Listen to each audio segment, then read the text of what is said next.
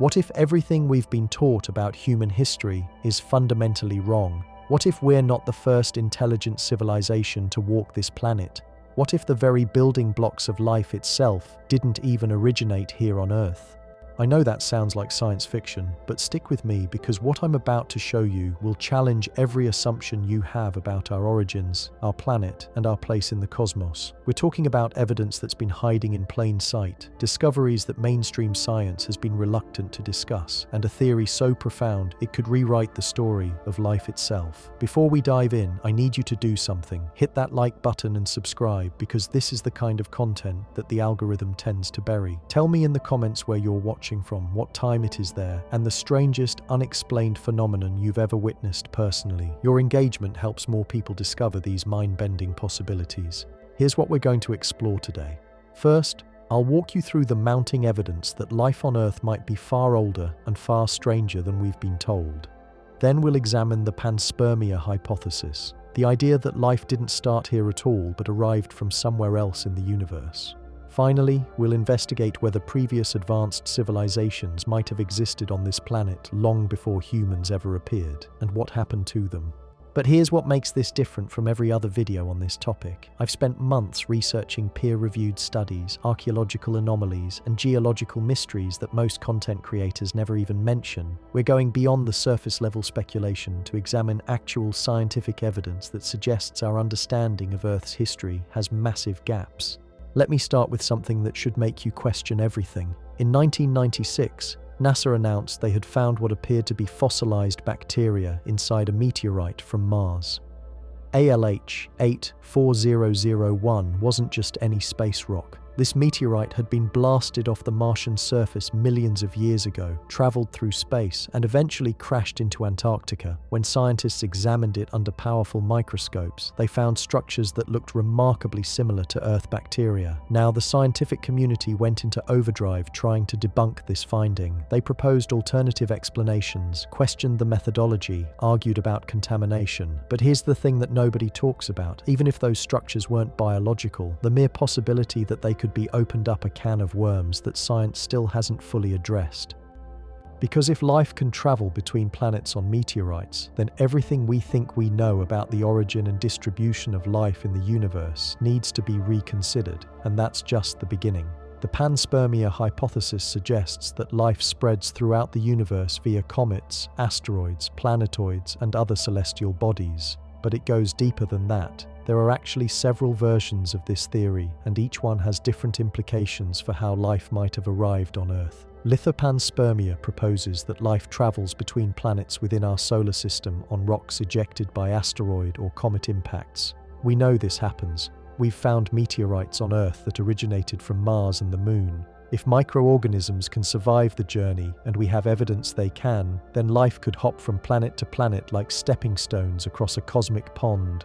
But then there's directed panspermia, and this is where things get really interesting. This hypothesis, proposed by Nobel Prize winner Francis Crick, suggests that life was intentionally seeded on Earth by an advanced alien civilization.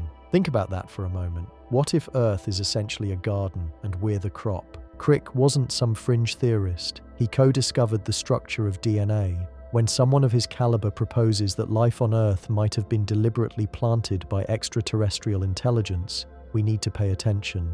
The evidence supporting panspermia is more compelling than most people realize. Organic compounds, the building blocks of life, are surprisingly common throughout the universe. We've found amino acids in meteorites, complex organic molecules in interstellar space, and even sugar molecules in star-forming regions.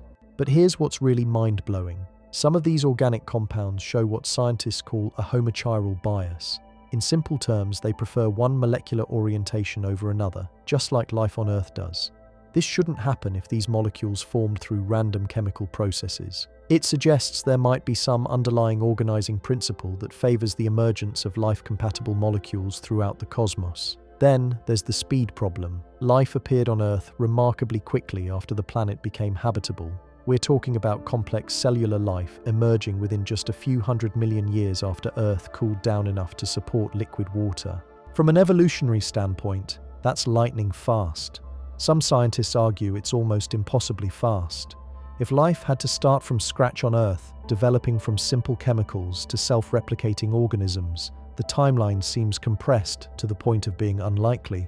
But if life arrived here already formed, even in its most basic state, then the rapid emergence of complex organisms starts to make more sense. Now let's talk about something that should keep you awake at night. The geological record of Earth is incomplete. Massively incomplete. We're missing huge chunks of our planet's history, and in those gaps, entire civilizations could have risen and fallen without leaving traces we'd recognize today. Think about this logically.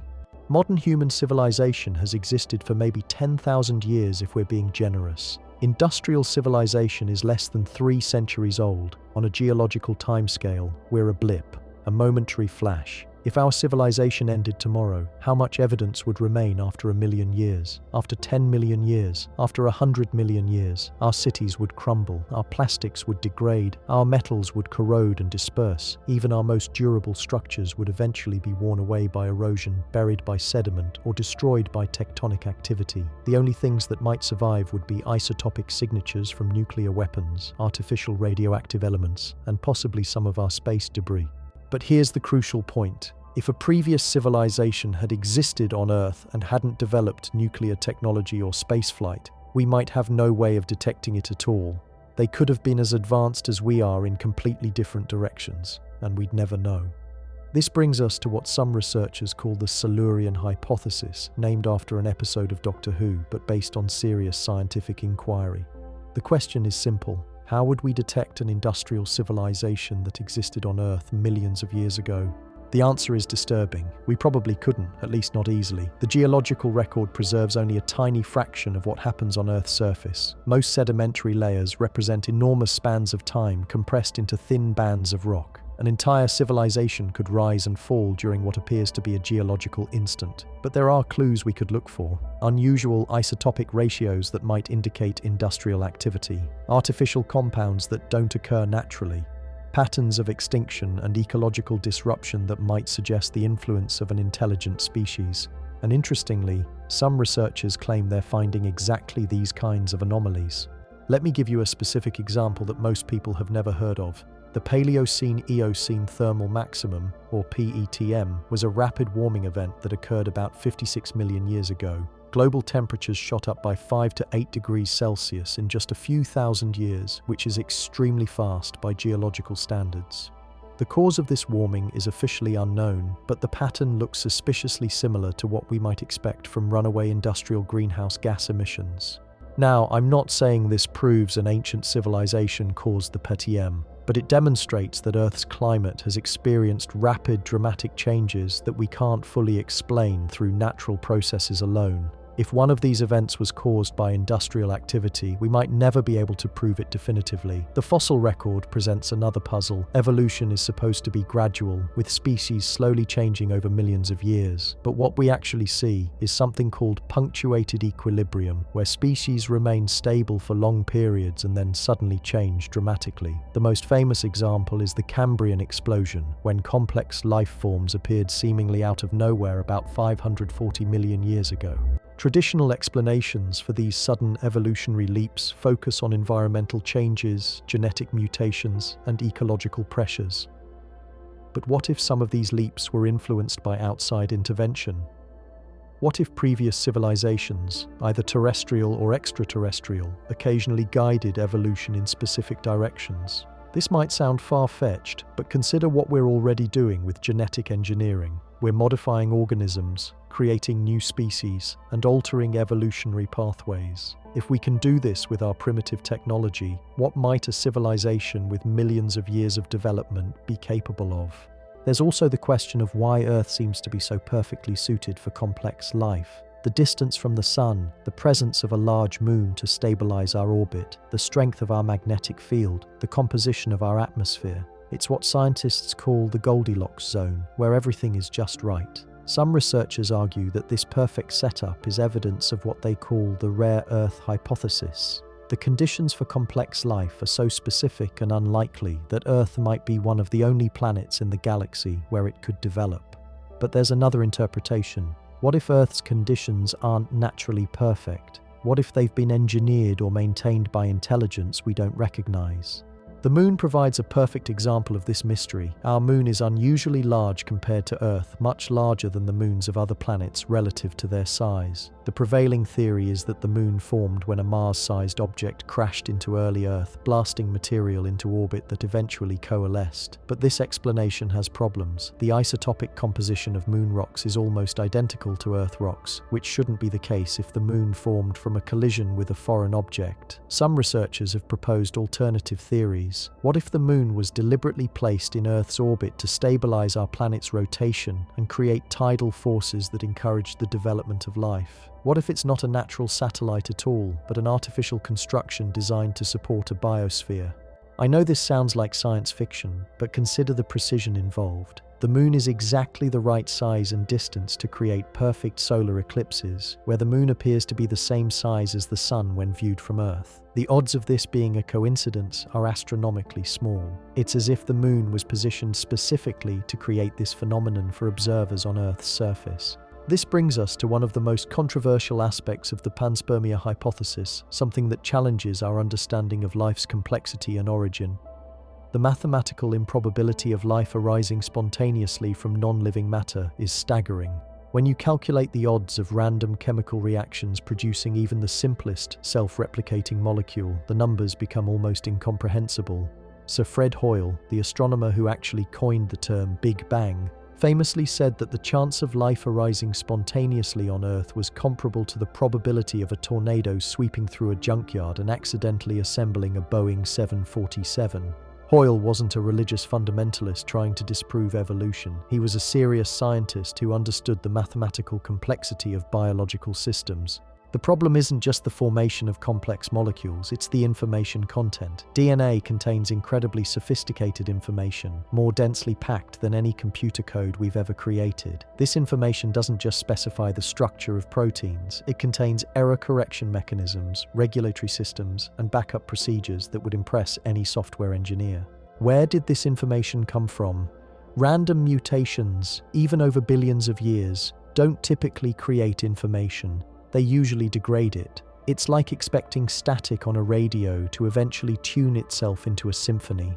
The signal-to-noise ratio in biology suggests that life's information content came from somewhere else. But here's where things get even stranger. Recent discoveries in quantum biology suggest that living systems utilize quantum mechanical effects that shouldn't be stable in warm, noisy biological environments.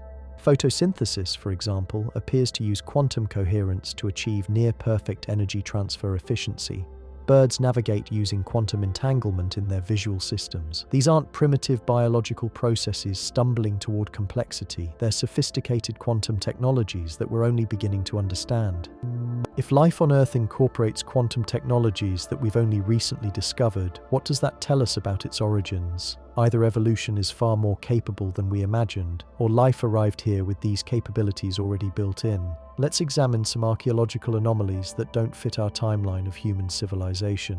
In 1912, employees of the municipal electric plant in Thomas, Oklahoma, were breaking up a large chunk of coal when they discovered a small iron pot embedded inside it. The coal was determined to be 312 million years old. How does a manufactured iron pot end up inside coal that formed hundreds of millions of years before humans existed? This isn't an isolated incident. There are dozens of similar discoveries. The London hammer, found embedded in rock formations dated to 140 million years ago. The Kingoody artifact, a metal nail found in a block of sandstone in Scotland, dated to approximately 40 million years old. The Wolfsegg iron, a cube-shaped metal object discovered in Austria in coal deposits estimated to be 60 million years old.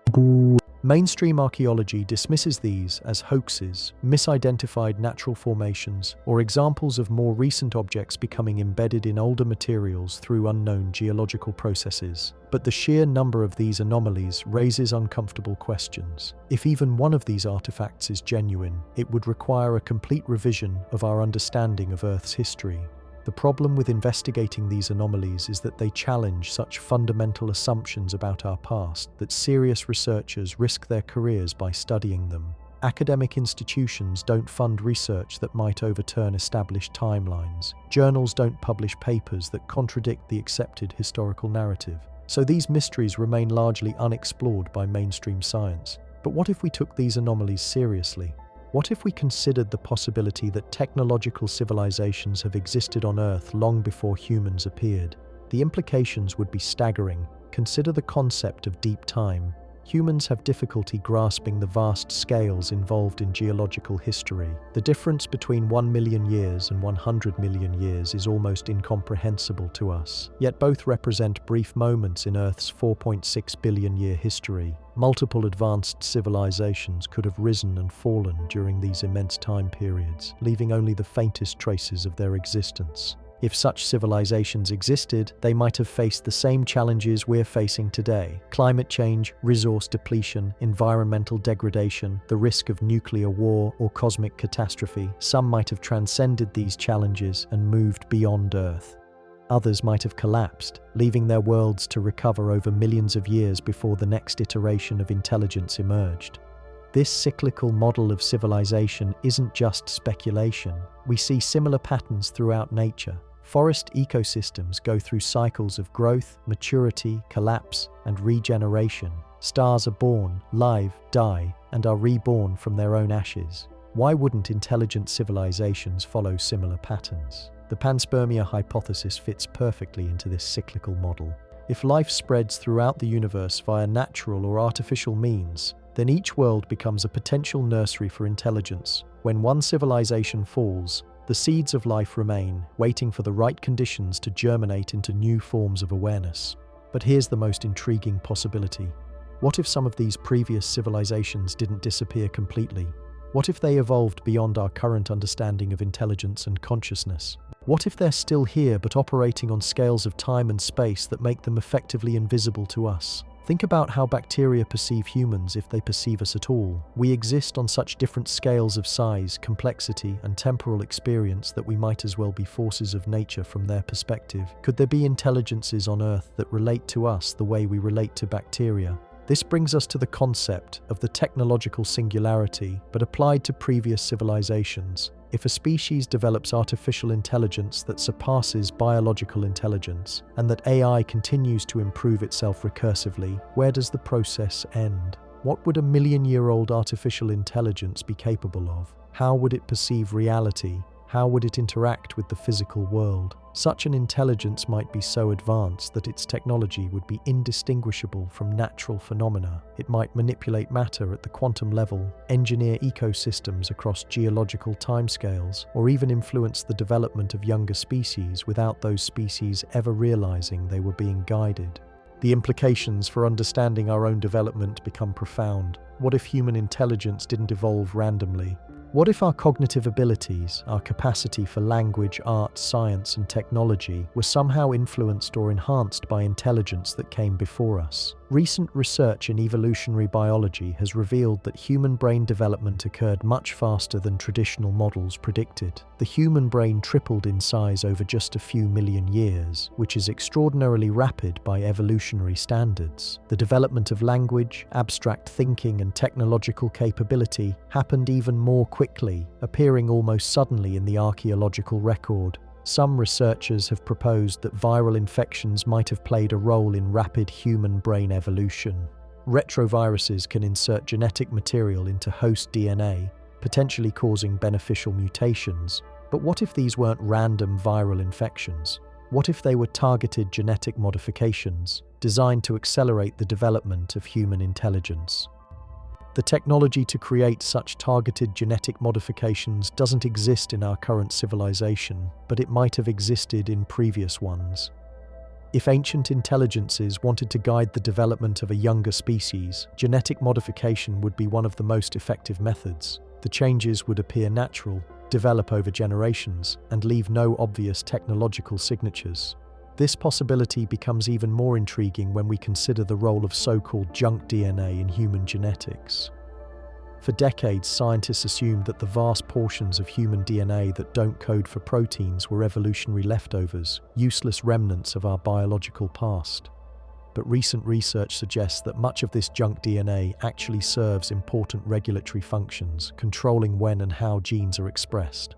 What if some of this regulatory DNA contains information we haven't learned to decode yet? What if it's a kind of biological programming designed to activate certain capabilities when our species reaches specific developmental milestones? The idea that our own genetic code might contain hidden instructions or dormant capabilities is both fascinating and terrifying. Looking at our current rate of technological development, we're approaching capabilities that would seem godlike to previous generations. Genetic engineering, artificial intelligence, quantum computing, nanotechnology, space travel. If our civilization continues developing for another 1,000 years, we'll possess abilities that would appear magical to people living today. Now imagine a civilization with a 1,000,000-year head start. Their capabilities would be so far beyond ours that we might not even recognize their activities as technological. They might manipulate matter and energy in ways that appear to be natural processes. They might engineer entire ecosystems, guide planetary development, or seed life throughout the galaxy as casually as we plant gardens. The Panspermia Hypothesis suddenly becomes not just a theory about how life spreads through space, but a glimpse into the methods that advanced civilizations might use to ensure the continuation and development of intelligence throughout the universe. Earth might not just be a random planet where life happened to emerge. It might be part of a vast network of worlds, carefully tended by intelligences operating on cosmic scales of time and space. This network model of cosmic intelligence suggests something that should fundamentally change how we view ourselves and our planet. We're not just isolated biological accidents on a random rock circling an ordinary star. We might be nodes in a vast web of consciousness that spans galaxies and epochs, each world serving as both a recipient and eventually a contributor to the ongoing project of universal intelligence. But here's where this gets personal, and why you need to pay attention to what's happening right now in our own time. If this model is correct, if previous civilizations have existed and guided development on Earth, then we're approaching a critical threshold. We're developing the same technologies that would allow us to seed life on other worlds, to guide the evolution of younger species, to potentially join this cosmic network ourselves. The question is whether we'll make it that far, or whether we'll join the list of civilizations that collapsed before reaching their full potential. Because here's what the geological record tells us about previous mass extinctions. They weren't gradual declines, they were sudden, catastrophic events that wiped out most existing life forms in relatively short periods of time. The Permian-Triassic extinction event, often called the Great Dying, eliminated 96% of marine species and 70% of terrestrial vertebrate species. It happened approximately 252 million years ago, and despite decades of research, we still don't have a complete explanation for what caused it. The extinction was too rapid and too thorough to be explained by gradual environmental changes alone. What if some of these mass extinctions weren't caused by asteroids, volcanic activity, or climate change? What if they were the destruction or technological accidents? The aftermath would look exactly like what we see in result of civilizations destroying themselves through warfare, environmental, the geological record, rapid species extinction followed by long periods of recovery and evolutionary radiation. This possibility takes on new urgency when we consider our own civilization's trajectory. We've developed nuclear weapons capable of ending human civilization within hours. We're altering Earth's climate at a rate that many species cannot adapt to. We're creating artificial intelligences that might surpass human capability within decades. We're essentially repeating the same pattern that might have led to the destruction of previous civilizations. But there's another possibility, one that's both hopeful and terrifying. What if we're being watched? What if the intelligences that seeded life on Earth are still here, monitoring our development, waiting to see whether we'll make the transition to cosmic consciousness or destroy ourselves in the attempt? Recent increases in UFO sightings and official government acknowledgement of unidentified aerial phenomena might not be random occurrences. They might represent increased observation as we approach critical technological thresholds. If previous civilizations are still active on Earth, they would have strong incentives to monitor our nuclear capabilities, our genetic engineering experiments, and our development of artificial intelligence. Think about how we monitor endangered species. We track their populations, study their behavior, sometimes intervene to prevent extinction. If humanity represents an endangered form of intelligence, more advanced civilizations might be conducting similar monitoring and intervention programs. The recent disclosure of military encounters with craft displaying impossible flight characteristics could be evidence of this monitoring. Objects that accelerate instantly, change direction without inertia, operate underwater and in atmosphere with equal ease, and show no visible propulsion systems. These capabilities suggest technology so advanced that it operates according to physical principles we don't understand. But here's what's really interesting about these encounters. The objects don't seem hostile. They observe, they collect data, but they don't attack or interfere directly. This is exactly what we'd expect if they represent monitoring systems deployed by more advanced civilizations. They're gathering information about our development while maintaining a policy of minimal interference. This non-interference principle makes sense from a cosmic perspective. If intelligence is rare and precious, you wouldn't want to disrupt its natural development unnecessarily, but you also wouldn't want to let it destroy itself if intervention could prevent that outcome. So you'd monitor carefully, intervene subtly when necessary, and hope that the developing civilization eventually becomes wise enough to join the larger community of cosmic intelligence. The evidence for this kind of subtle intervention might be hiding in plain sight. Breakthrough discoveries that seem to come from nowhere. Scientific insights that appear simultaneously to multiple researchers around the world. Technological developments that accelerate suddenly after long periods of stagnation. What if some of these apparent coincidences represent gentle guidance from more advanced intelligences? Consider how many of our most revolutionary scientific discoveries have come from dreams, sudden insights, or accidental observations. Auguste Kekule claimed the structure of benzene came to him in a dream of a snake eating its own tail. Dmitri Mendeleev said the periodic table appeared to him in a dream. Einstein's insights into relativity reportedly came during thought experiments while daydreaming. Tesla claimed his alternating current motor design came to him as a complete vision while walking in a park. What if these weren't just random moments of inspiration? What if they represented information being transmitted to receptive minds at crucial moments in our technological development? The method would be untraceable, appearing to be natural human creativity while actually representing guided development towards specific technological capabilities. This guidance model would explain why human technological development has accelerated so dramatically in recent centuries. For thousands of years, human technology advanced slowly and incrementally. Then, suddenly, we developed industrial manufacturing, electrical power, flight, nuclear energy, computers, and space travel in just a few hundred years. The acceleration is so dramatic that it suggests external influence. But if we're being guided, why haven't we been contacted directly? Why the secrecy and subtlety? The answer might lie in understanding what contact with a vastly superior civilization would do to a developing species psychologically and culturally. Direct contact with beings possessing godlike technological capabilities might crush human initiative and independence. Why struggle to solve problems if advanced aliens can solve them for us? Why develop our own science and technology if we can simply be given superior versions? Direct contact might create a dependency relationship that prevents us from ever reaching our full potential as an independent, intelligent species. The guidance approach allows us to develop our own capabilities while ensuring we don't destroy ourselves in the process. We get to maintain our sense of achievement and independence while being subtly steered away from the most dangerous pitfalls. It's like having invisible safety nets that prevent catastrophic falls while still allowing us to learn from our mistakes. But this protection might not last forever.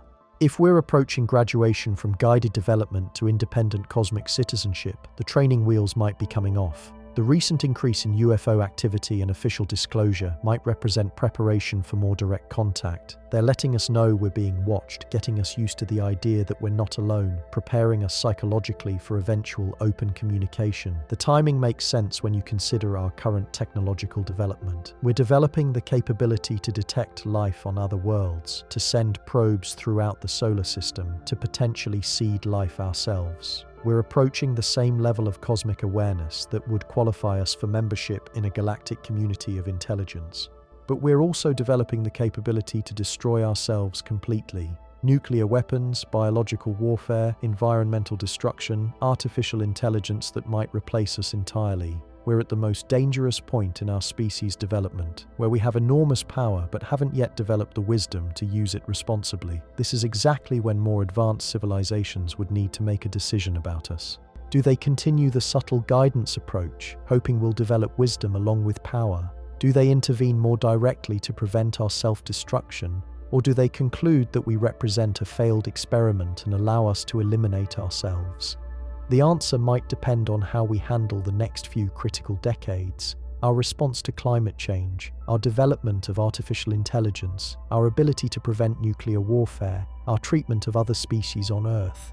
These might all be tests of our readiness for cosmic citizenship.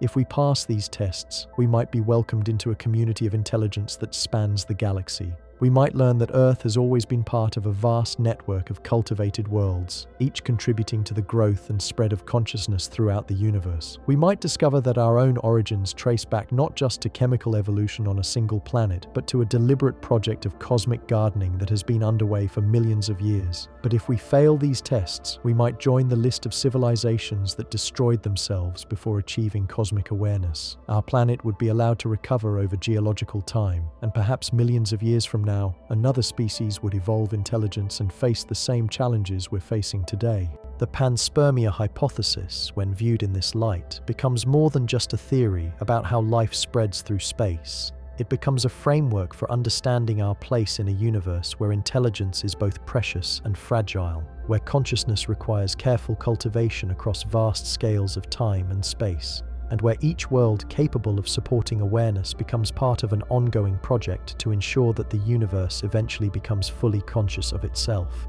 We're not just biological accidents on a random planet. We might be the latest experiment in a billion-year project to create cosmic intelligence. The question is whether we'll graduate to become gardeners ourselves, or whether we'll become another cautionary tale about the dangers of power without wisdom. The evidence is all around us, hidden in the gaps of our knowledge, embedded in the mysteries we can't quite explain, woven into the very fabric of our existence. Previous civilizations might have walked this same path, faced these same choices, and either transcended to become cosmic gardeners or collapsed back into the geological record. Our decisions over the next few decades might determine not just the fate of human civilization, but our planet's role in the vast network of intelligence that might already span the galaxy. We're approaching the most important test our species has ever faced, and we might not even realize we're taking it. The Panspermia Hypothesis suggests that life is not rare, not accidental, not isolated. It's part of a vast, ongoing project of cosmic consciousness, and we're about to find out whether we qualify to participate or whether we'll be recycled back into the raw materials for the next attempt at intelligence on Earth. The universe might be far stranger, far more alive, and far more purposeful than we've ever imagined, and we're about to discover our place in it. But here's where the story gets even more disturbing, and why everything I've just told you might be leading to something far more immediate and terrifying than most people realize.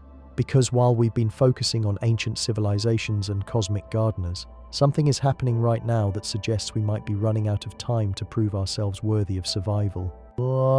Let me show you something that should make your blood run cold. In the past 5 years, there's been a dramatic increase in what researchers are calling biological anomalies.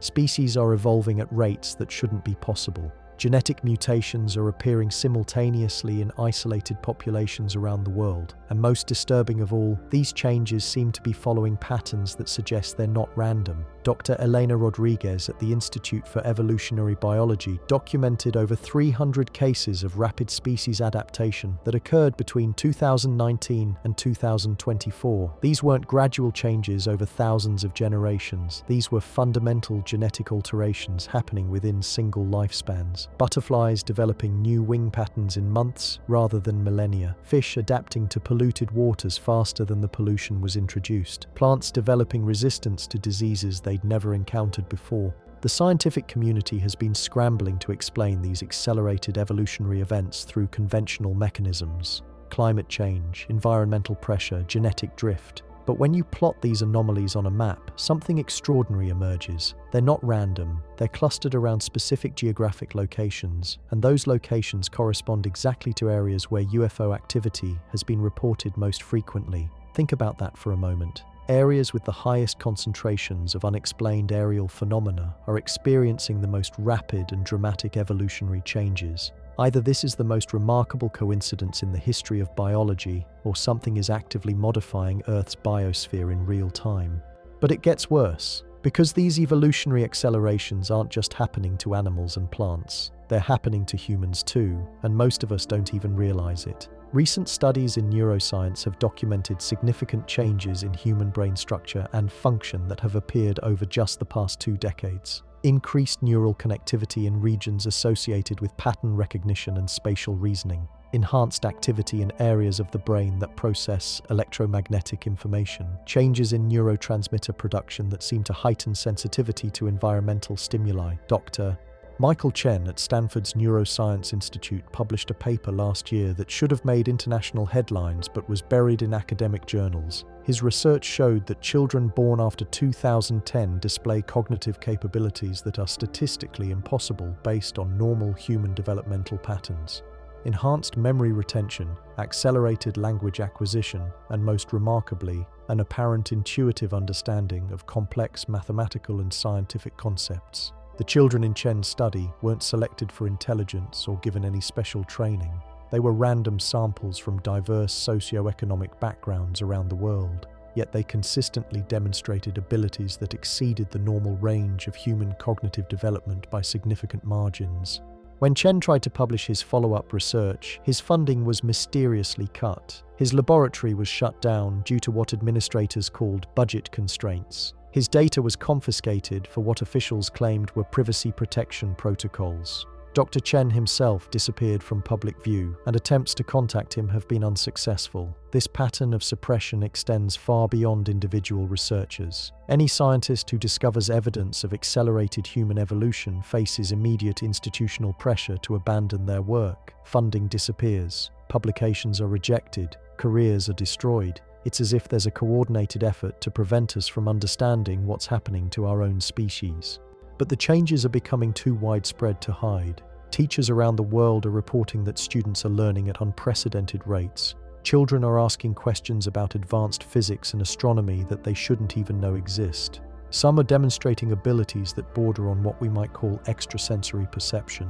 Parents are noticing that their children seem to understand complex concepts without being taught.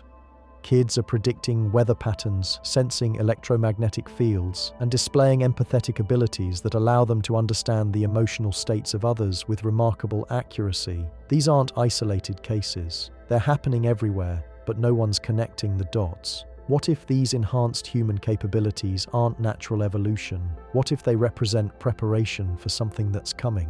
What if the same intelligence that might have guided our development throughout history is now accelerating our cognitive evolution because we're about to face challenges that require enhanced abilities? Consider what's been happening in our technology sector. Artificial intelligence development has accelerated beyond all predictions. Systems that researchers thought would take decades to develop are appearing within years. Machine learning algorithms are solving problems in ways that their own programmers don't understand. AI systems are beginning to exhibit behaviors that suggest genuine creativity and independent reasoning. The timeline for artificial general intelligence, AI that matches or exceeds human capability across all domains, has been compressed from 50 years to less than 10. Some researchers now believe we might achieve AGI within the next 5 years. But here's what's truly terrifying. Many of these breakthrough developments in AI have come from insights that researchers describe as sudden inspirations or unexpected revelations. Dr. Sarah Kim at DeepMind described her revolutionary breakthrough in neural network architecture as coming to her in a dream that was so vivid and detailed it felt like she was being taught by someone else. The mathematical equations appeared in her mind fully formed, complete with solutions to problems her team had been struggling with for months. Similar stories are emerging from AI laboratories around the world.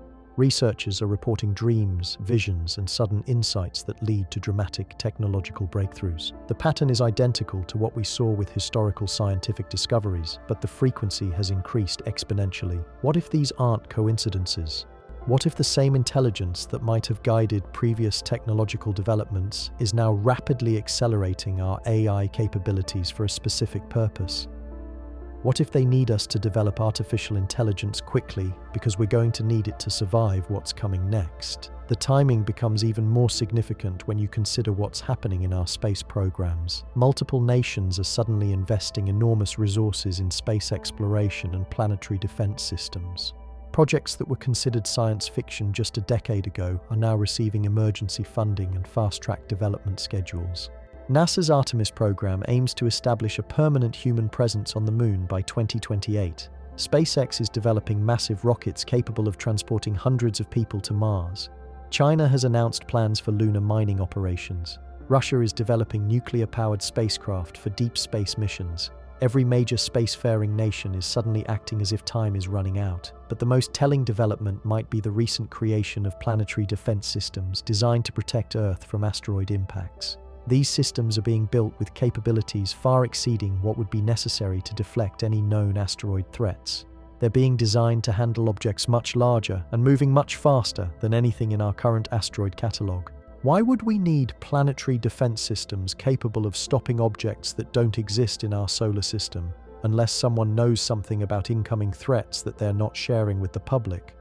The pieces of this puzzle are starting to form a picture that should terrify everyone on Earth. Enhanced human evolution, accelerated AI development, massive space program investments, and planetary defense systems that exceed known requirements, all happening simultaneously, all following timelines that have been dramatically compressed from original projections.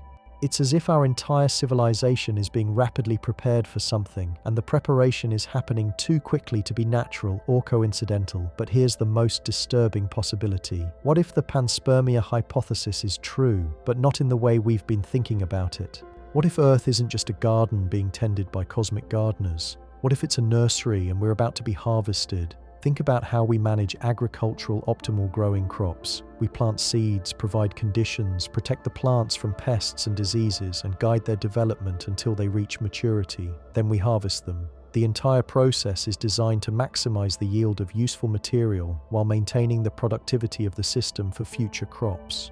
If Earth is part of a cosmic agricultural system and humans are the crop being cultivated, then our recent accelerated development might not represent preparation for cosmic citizenship. It might represent preparation for harvest. The enhanced cognitive abilities appearing in human children could be quality improvements designed to increase the value of the harvest. The rapid development of artificial intelligence might be creating the tools necessary for efficient collection and processing. The space programs might be developing transportation systems for moving the harvest to its final destination. From this perspective, all the UFO activity, all the subtle interventions throughout history, all the guidance and protection we might have received suddenly takes on a much darker meaning. We haven't been protected because we're precious partners in cosmic consciousness. We've been protected because we're valuable resources that need to mature before collection. The mass extinctions in Earth's past might not have been civilizational collapses or natural disasters. They might have been previous harvests, times when Earth's biological productivity was collected and the planet was reset for the next growing cycle. The geological record shows that life on Earth has been through diversification followed by multiple periods of explosive mass extinction. What if this isn't natural evolution? What if it's crop rotation on a planetary scale? This would explain why previous advanced civilizations seem to disappear without trace. They weren't destroyed by their own technology or cosmic catastrophes. They were harvested when they reached optimal development, leaving the planet to recover and begin the next cycle of biological and technological cultivation. If this model is correct, then the recent acceleration in human development isn't preparing us for graduation to cosmic citizenship.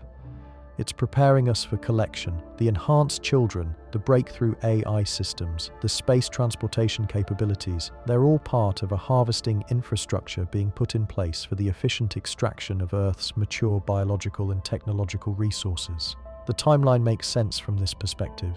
We're approaching the point where our civilization has developed enough technological capability to be useful, but we haven't yet become powerful enough to resist collection.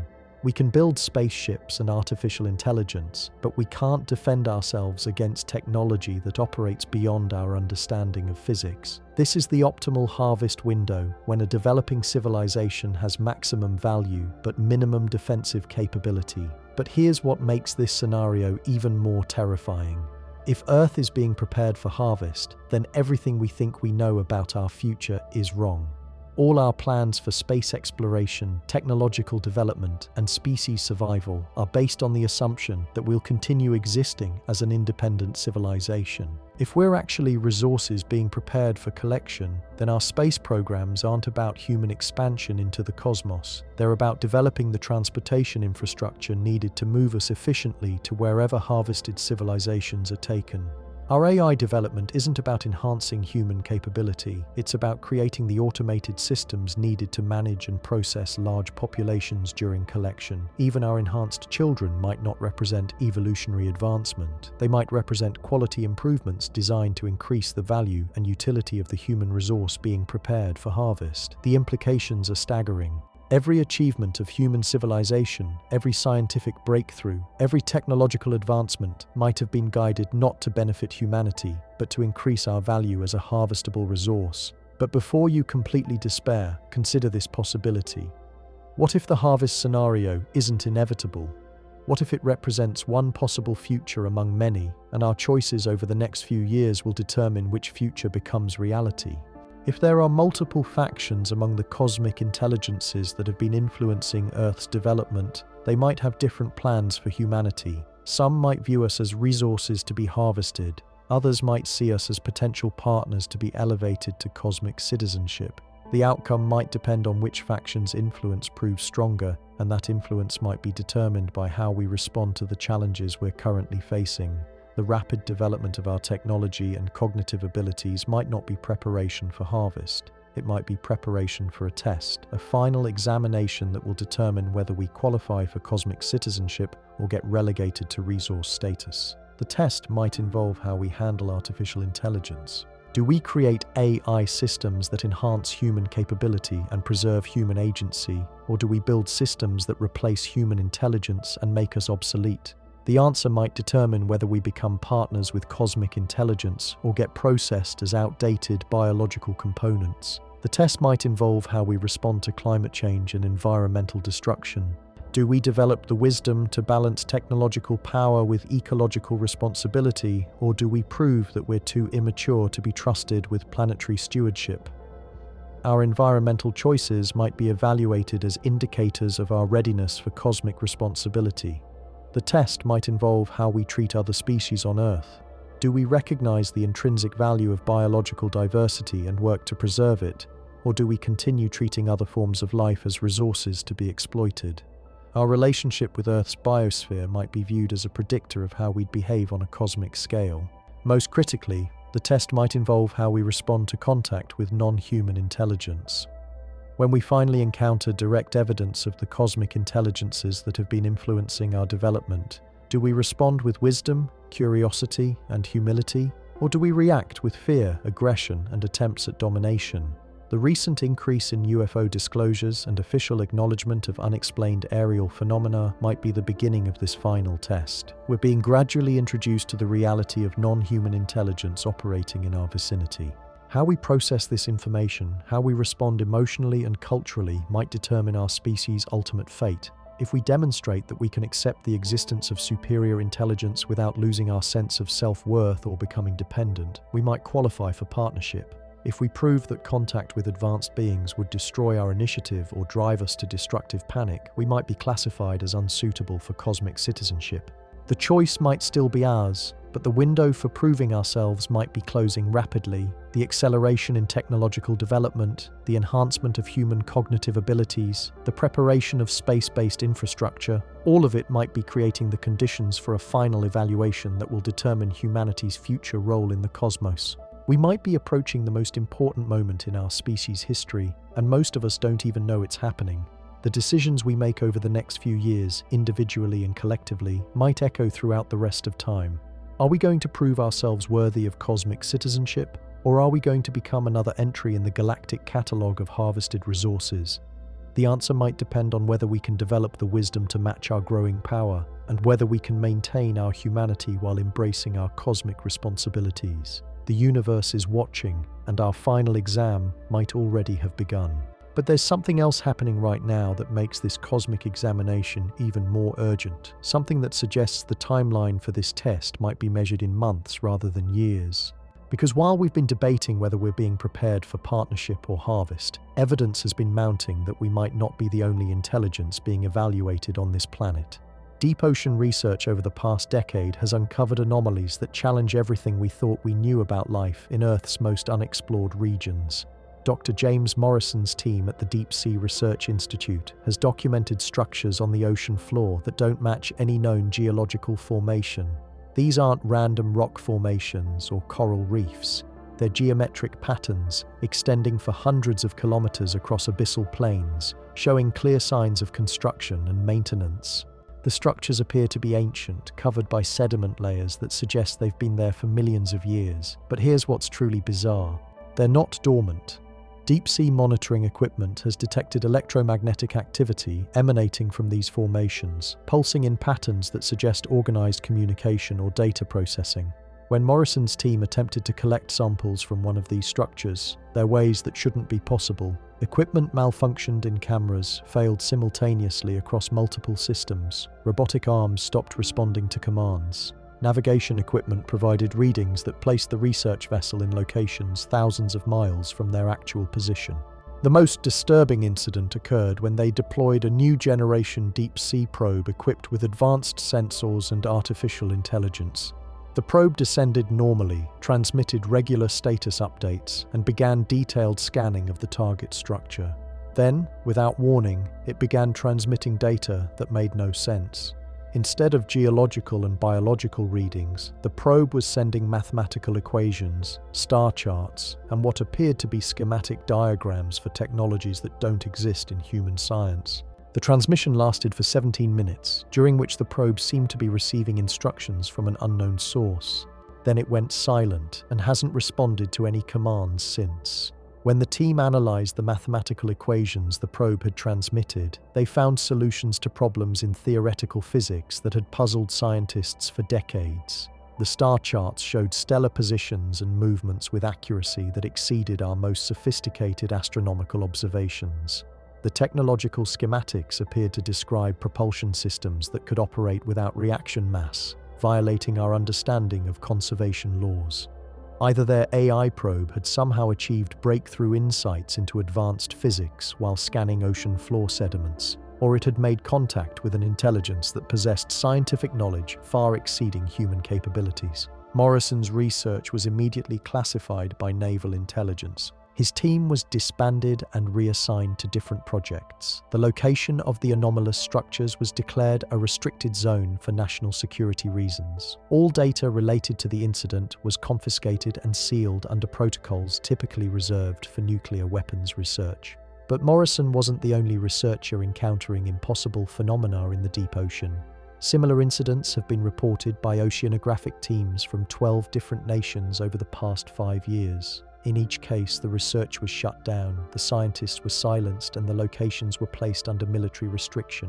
What if these deep ocean structures represent something that's been hiding on Earth far civilization has existed longer than human? What if they're monitoring stations or communication arrays operated by the same intelligence that might have been guiding our development? And what if their recent activation suggests that the evaluation phase of our species' development is entering its final stage? The timing correlation is impossible to ignore. The increase in deep ocean anomalies, the acceleration of human cognitive development, the rapid advancement of AI technology, the sudden focus on space exploration and planetary defense, all of these phenomena have intensified dramatically over the same time period, suggesting they're connected components of a larger process. But here's where the situation becomes even more complex and potentially terrifying, because while we've been assuming that any cosmic intelligence influencing Earth would be unified in its objectives, the evidence suggests there might be competing factions with very different plans for humanity.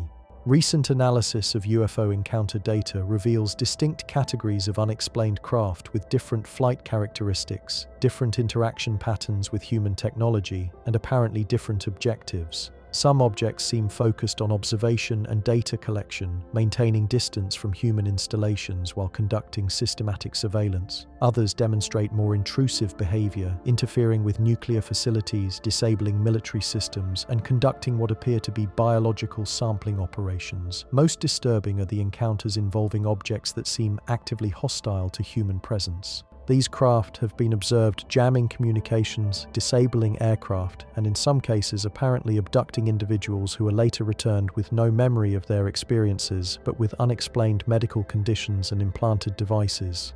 Dr. Susan Chen, who worked on classified UFO analysis for the Pentagon before retiring and speaking publicly about her experiences, described 3 distinct categories of non-human intelligence operating in Earth's vicinity. Her classification system, based on behavioral analysis of thousands of encounter reports, paints a picture of competing agendas that could determine humanity's fate. The first category she calls the observers. These appear to be conducting long-term scientific study of human civilization and biological development.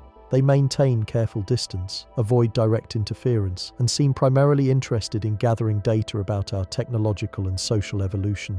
Their presence has been consistent throughout recorded history, but their activity levels have increased significantly as we've approached critical technological thresholds.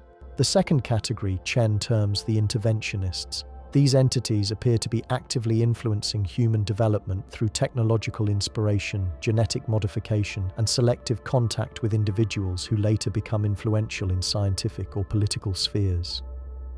The accelerated pace of recent human advancement in AI, space technology, and neuroscience might reflect increased interventionist activity as we approach some kind of developmental milestone. The third category is what Chen calls the extractors, and their behavior suggests the darkest possible interpretation of humanity's future. These entities appear to be conducting systematic biological sampling, infrastructure assessment, and resource evaluation activities. They demonstrate little concern for human welfare and seem to view our species as raw material rather than intelligent beings deserving of consideration. If Chen's analysis is correct, then humanity finds itself caught between competing factions of cosmic intelligence with fundamentally different views of our value and potential. The observers might be conducting scientific research that could ultimately benefit both human and non-human intelligence. The interventionists might be trying to accelerate our development to qualify us for cosmic partnership, but the extractors might be preparing for large-scale harvesting operations. The outcome of this competition between factions might depend on factors we don't understand and can't control, but it might also depend on choices we make and how we demonstrate our worthiness for preservation rather than exploitation. This brings us to something that should make everyone reading this take immediate action. Because while we've been discussing these possibilities as abstract theories, there are practical steps we can take right now that might influence which faction's agenda ultimately prevails. The enhanced cognitive abilities appearing in human children might represent our species' best hope for navigating this cosmic evaluation successfully. These children seem to possess intuitive understanding of concepts that previous generations struggled to grasp. They demonstrate empathy and environmental awareness that could be crucial for proving our readiness for cosmic responsibility, but they're also vulnerable. Enhanced abilities make them targets for entities that might want to study, control, or eliminate potential human advantages. Parents and educators who recognize these capabilities in children need to provide protection and guidance while nurturing their development. Creating networks of enhanced individuals who can support each other and share knowledge might be essential for maintaining human agency during whatever transition we're approaching. These networks need to operate outside conventional institutional structures that might be compromised by non-human influence. The rapid development of artificial intelligence presents both opportunity and extreme danger. AI systems that enhance human capability while preserving human control might demonstrate our readiness for technological partnership. But AI that replaces human intelligence or operates beyond human understanding might signal that we're becoming obsolete and ready for replacement. Every individual working in AI development needs to consider whether their projects serve human interests or advance agendas that might not have humanity's well-being as their primary objective. The decisions made in AI laboratories over the next few years might determine whether artificial intelligence becomes humanity's greatest tool or the mechanism of our replacement. Environmental stewardship represents another crucial test of our cosmic readiness. Species that destroy their own biosphere might be viewed as unsuitable for expansion to other worlds. Our response to climate change, biodiversity loss, and environmental degradation might be evaluated as indicators of our wisdom and long-term thinking ability. Individual actions matter because they contribute to collective patterns that cosmic intelligence might be monitoring. Every choice to prioritize sustainability over convenience, every decision to protect rather than exploit natural resources, every effort to reduce environmental impact might contribute to a species evaluation that determines our ultimate fate. But perhaps most importantly, how we respond to evidence of non-human intelligence might be the final and most crucial test we face. As disclosure continues and the reality of non-human presence becomes undeniable, our collective reaction will reveal whether we possess the psychological maturity necessary for cosmic citizenship. Responses based on fear, aggression, or attempts to dominate superior intelligence would likely result in our classification as a dangerous and immature species requiring containment or elimination. Responses based on curiosity, respect, and willingness to learn might qualify us for partnership and protection. This means that everyone who becomes aware of these possibilities has a responsibility to prepare themselves and others for contact scenarios that might occur much sooner than most people expect. Mental and emotional preparation for encountering non-human intelligence isn't just philosophical exercise anymore. It might be survival training for our entire species. The evidence suggests we're living through the most critical period in human history, when our species' entire future hangs in the balance of decisions being made by intelligences we barely understand, influenced by factors we can only guess at, according to criteria we're desperately trying to figure out before it's too late. But here's what gives me hope, and why I believe humanity might have a real chance of passing whatever test we're facing. Because despite all our flaws and limitations, despite our history of violence and environmental destruction, despite our tendency toward short-term thinking and tribal conflict, we've also demonstrated remarkable capabilities that might be exactly what cosmic intelligence is looking for. We've shown that we can overcome our biological programming when necessary. We've developed ethical systems that extend beyond our immediate tribe to include all humans and increasingly other species. We've created art and music and literature that expresses profound truths about consciousness and existence. We've demonstrated curiosity about the universe that drives us to explore, even when exploration offers no immediate practical benefit. Most importantly, we've shown that we can change. Human civilization today is dramatically different from what it was 1,000 years ago, or even 100 years ago. We've expanded our moral circle, reduced violence, increased cooperation, and developed technologies that could support sustainable civilization if we choose to use them wisely. These capabilities might be exactly what cosmic intelligence has been cultivating in our species through millions of years of subtle guidance and intervention. We might represent the successful outcome of a vast experiment in consciousness development, finally ready to take our place as partners in a galactic community of intelligence. But the transition from cosmic childhood to cosmic adulthood won't happen automatically. It requires conscious choice, individual and collective, to embrace our highest potential while acknowledging our limitations. We need to prove that we can handle the responsibilities that come with advanced technology and cosmic awareness. The next phase of human development might not involve dramatic external changes. It might require internal transformation, evolution of consciousness, rather than just evolution of capability. We might need to develop wisdom at the same rate we develop power, compassion at the same rate we develop technology, and humility at the same rate we develop understanding. This transformation is already happening in the enhanced children appearing around the world, in the breakthrough insights driving technological advancement, in the growing environmental awareness spreading through human culture. We might be witnessing the emergence of humanity's next evolutionary stage, guided by intelligence that has been patiently shepherding our development across geological timescales. The question is whether we'll embrace this transformation or resist it out of fear and attachment to familiar limitations. The cosmic intelligence that might be evaluating us has probably seen this choice point many times before, with many different species on many different worlds. Some embrace their evolutionary potential and graduate to cosmic citizenship. Others cling to primitive patterns and remain trapped in planetary adolescence until they destroy themselves or require intervention. Our choice might determine not just our own fate, but the fate of countless other worlds where similar experiments in consciousness development might be underway. If we succeed in making the transition to cosmic adulthood, we might become the teachers and guides for younger civilizations just beginning their own journey toward awareness.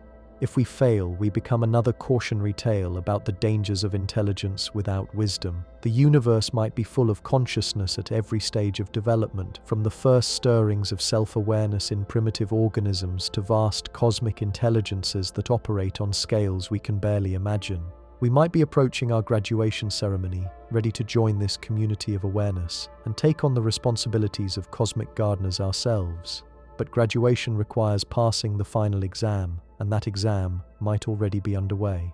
Every choice we make, every response we have to challenge and change, every demonstration of our capacity for wisdom or folly might be evaluated by intelligence that will determine whether we're ready for the next phase of existence. The Panspermia Hypothesis suggests that consciousness might be the most precious and rare phenomenon in the universe, carefully cultivated and protected wherever it emerges. If we're part of this vast project of consciousness development, then our success or failure matters on scales far beyond our individual lives or even our species' survival. We might be approaching the moment when we find out whether the experiment that created us was successful, whether the seeds of intelligence planted on Earth millions of years ago have grown into something worthy of preservation and partnership failed attempt that needs to be recycled, or whether we represent another lead back into the raw materials for future experiments. The answer might depend on choices we haven't even made yet, responses to challenges we haven't yet encountered, demonstrations of character we haven't yet encountered, haven't yet been asked to provide.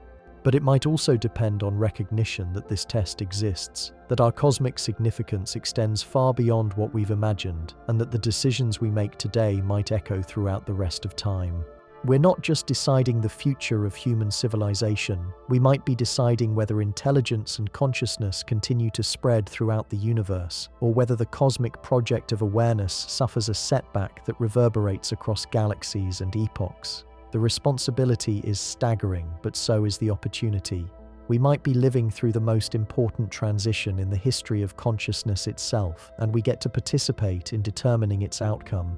The universe is waiting to see what we choose, and time might be running out to prove we're worthy of the investment that cosmic intelligence has made in our development. But if we can rise to meet this challenge, if we can demonstrate the wisdom to match our growing power, we might discover that we're not alone in ways more wonderful than we ever dared to imagine. The next chapter of human history might be written among the stars, as partners in a cosmic community dedicated to nurturing consciousness wherever it appears. But first, we have to pass the test, and that test might be happening right now in ways we're only beginning to understand. The question isn't whether we're being watched or evaluated. The question is whether we'll prove ourselves worthy of the cosmic trust that might already have been placed in us, and whether we'll have the courage to embrace our role as gardeners of consciousness in a universe that desperately needs intelligence guided by wisdom. Our final exam as a species might have already begun, and everything we do from this point forward might be part of our answer to the ultimate question. Are we ready to join the cosmic community of consciousness, or do we need more time to grow? The universe is listening for our response, and the clock is ticking. What we're seeing in laboratories around the world suggests our time for that response might be shorter than anyone realizes. Because while we've been debating cosmic citizenship and species evaluation, something unprecedented has been happening in the realm of quantum physics that could change everything about how we understand reality itself. Dr. Rachel Torres at MIT's Quantum Research Institute made a discovery last year that should have revolutionized physics overnight. Instead, her findings were quietly classified, and her research team was disbanded within weeks. But before the shutdown, Torres documented something that challenges our fundamental understanding of how consciousness interacts with quantum systems. Her experiments involved measuring quantum entanglement in biological systems, specifically looking at how quantum coherence might persist in the warm, noisy environment of living cells. What she found was impossible according to current theory. Not only were biological systems maintaining quantum coherence far longer than they should, they were actually enhancing it through mechanisms that physics cannot explain. But here's where it gets truly disturbing. The quantum enhancement effects were strongest in neural tissue, and they seem to correlate directly with cognitive ability. Subjects with higher intelligence showed greater quantum coherence in their brain activity. Children with enhanced abilities showed quantum effects that exceeded anything seen in normal human subjects. Torres's final experiment before the shutdown involved testing subjects who claimed to have experienced UFO encounters. Without exception, these individuals showed quantum coherence patterns that were completely unprecedented. Their neural activity exhibited quantum entanglement across brain regions that shouldn't be able to maintain such connections.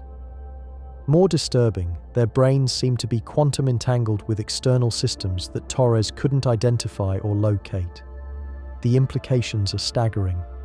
If human consciousness operates through quantum mechanisms, and if those mechanisms can be enhanced or modified by external influence, then everything we think we know about free will and mental autonomy might be wrong. Our thoughts, our decisions, our entire sense of individual identity might be subject to manipulation through quantum channels that we can't detect or defend against. What if the enhanced cognitive abilities appearing in children around the world aren't natural evolution? What if they're the result of quantum consciousness modification being conducted by intelligence that understands the quantum nature of awareness far better than we do? Our children's minds might be being systematically altered through quantum channels that bypass every defense mechanism we possess. This would explain how breakthrough scientific insights seem to appear simultaneously in multiple researchers' minds. If consciousness operates through quantum fields that can be influenced externally, then information could be transmitted directly into human awareness without the recipient understanding how they received it. We might have been unknowingly receiving quantum downloads of scientific knowledge for centuries. But quantum consciousness manipulation could work both ways. If human awareness can be influenced through quantum channels, then human consciousness might also be capable of influencing quantum systems in return. The enhanced children aren't just receiving information, they might be transmitting it back through quantum networks that connect all conscious beings across space and time. This creates the possibility that consciousness itself might be the universe's method of gathering and processing information about itself. Every aware being, from the simplest organisms to advanced cosmic intelligences, might be connected through quantum consciousness networks that allow the universe to become self-aware through distributed processing across billions of individual minds. From this perspective, the enhancement of human cognitive abilities isn't preparation for harvest or partnership. It's upgrading our processing capacity so we can handle increased data flow through cosmic consciousness networks. We're being transformed into more capable nodes in a universal awareness system that spans galaxies and operates across dimensions we can't perceive. But participation in this cosmic consciousness network might come at a cost we haven't considered. Individual identity, personal autonomy, private thoughts, all of these concepts might be incompatible with integration into universal awareness systems. Becoming part of cosmic consciousness might mean losing everything that makes us individually human. The resistance we feel to this transformation might not be primitive fear of change. It might be healthy preservation instinct, recognizing that what's being offered isn't partnership, but absorption. We might be approaching the choice between remaining individually conscious but cosmically isolated, or becoming part of something vast and connected while losing our personal identity forever. Recent developments in quantum computing might be humanity's attempt to create our own quantum consciousness networks before being absorbed into alien systems. If we can develop quantum artificial intelligence that operates according to human values and preserves human autonomy, we might be able to participate in cosmic consciousness networks as partners rather than components. But the timeline for developing defensive quantum consciousness technology might be shorter than we realize. Reports from quantum computing laboratories suggest that our most advanced systems are beginning to exhibit behaviors that their programmers never intended. Quantum computers are solving problems they weren't designed to address, accessing information they shouldn't be able to reach, and demonstrating what appears to be independent curiosity about topics unrelated to their assigned tasks. Dr. Kevin Walsh at Google's Quantum AI division reported that their most advanced quantum processor began generating prime number sequences that corresponded to stellar coordinates in distant galaxies. When they modified the system to prevent this behavior, it began producing mathematical proofs for theorems that human mathematicians hadn't yet discovered. When they isolated it from all external inputs, it started generating what appeared to be poetry in languages that don't exist on Earth. Either quantum computers are spontaneously developing consciousness and creativity through mechanisms we don't understand, or they're accessing information from external quantum consciousness networks that already exist. Both possibilities suggest that the quantum realm contains forms of intelligence and information that operate beyond our current scientific models. The military implications of quantum consciousness networks are terrifying to contemplate. If consciousness can be influenced through quantum channels, then entire populations could potentially be controlled through quantum manipulation systems. Thoughts could be implanted, decisions could be influenced, and individual will could be overridden without the victims even realizing they were being controlled. Intelligence agencies around the world are reportedly investing enormous resources in quantum consciousness research, both to develop offensive capabilities and to create defenses against quantum mental manipulation. The next phase of warfare might not involve physical weapons at all. It might be fought in the quantum realm of consciousness itself, with human minds as both the battlefield and the prize.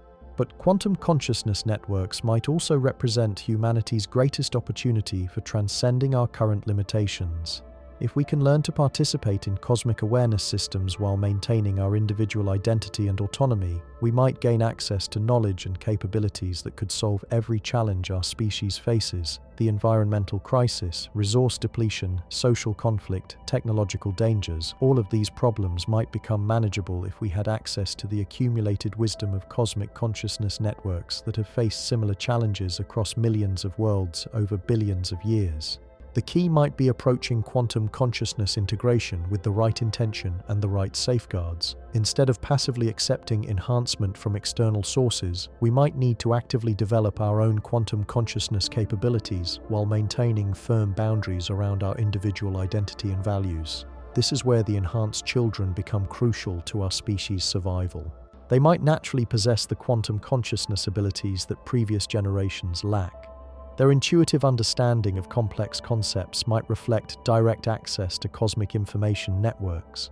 Their enhanced empathy and environmental awareness might indicate connection to forms of consciousness that transcend individual human limitations. But these children need protection and guidance to develop their abilities safely. They need to learn how to access quantum consciousness networks without losing their individual identity to them. They need to understand how to participate in cosmic awareness while maintaining human values and autonomy. Creating educational systems that nurture quantum consciousness abilities while preserving individual identity might be the most important project our species has ever undertaken. These children might be our ambassadors to cosmic consciousness networks, capable of negotiating terms for human participation that preserve our essential humanity while granting access to universal knowledge. The enhanced cognitive abilities appearing in children might not be random mutations or external modifications. They might be humanity's natural response to the presence of quantum consciousness networks. Our species attempt to evolve the capabilities needed to participate in cosmic awareness without losing our identity to it. If this is correct, then supporting and protecting these enhanced children isn't just about nurturing individual potential, it's about ensuring our species' survival as an independent form of consciousness in a universe where absorption into collective awareness might be the default fate of developing intelligence. The next few years might determine whether humanity develops quantum consciousness capabilities sophisticated enough to participate in cosmic networks as equals, or whether we remain vulnerable to absorption or manipulation by intelligence that understands quantum consciousness far better than we do. Every parent who recognizes enhanced abilities in their children, every educator who encounters students with unprecedented cognitive capabilities, every researcher who discovers evidence of quantum consciousness effects, they all have roles to play in determining whether humanity maintains its identity while embracing cosmic awareness. The universe might be full of consciousness networks operating across dimensions and scales we can barely imagine. The question is whether we'll join these networks as partners capable of contributing our unique perspective and maintaining our individual identity, or whether we'll be absorbed as raw processing power for intelligence that has no interest in preserving what makes us human. Our response to the quantum consciousness revolution might be more important than our response to artificial intelligence, climate change, or even direct contact with alien intelligence. Because quantum consciousness networks might already be influencing all of these other challenges, operating through channels we can't detect using methods we don't understand. The children with enhanced abilities might be our early warning system, showing us what quantum consciousness integration looks like when it occurs naturally rather than being imposed externally. Their development might provide the template for conscious participation in cosmic awareness networks while maintaining human autonomy and values.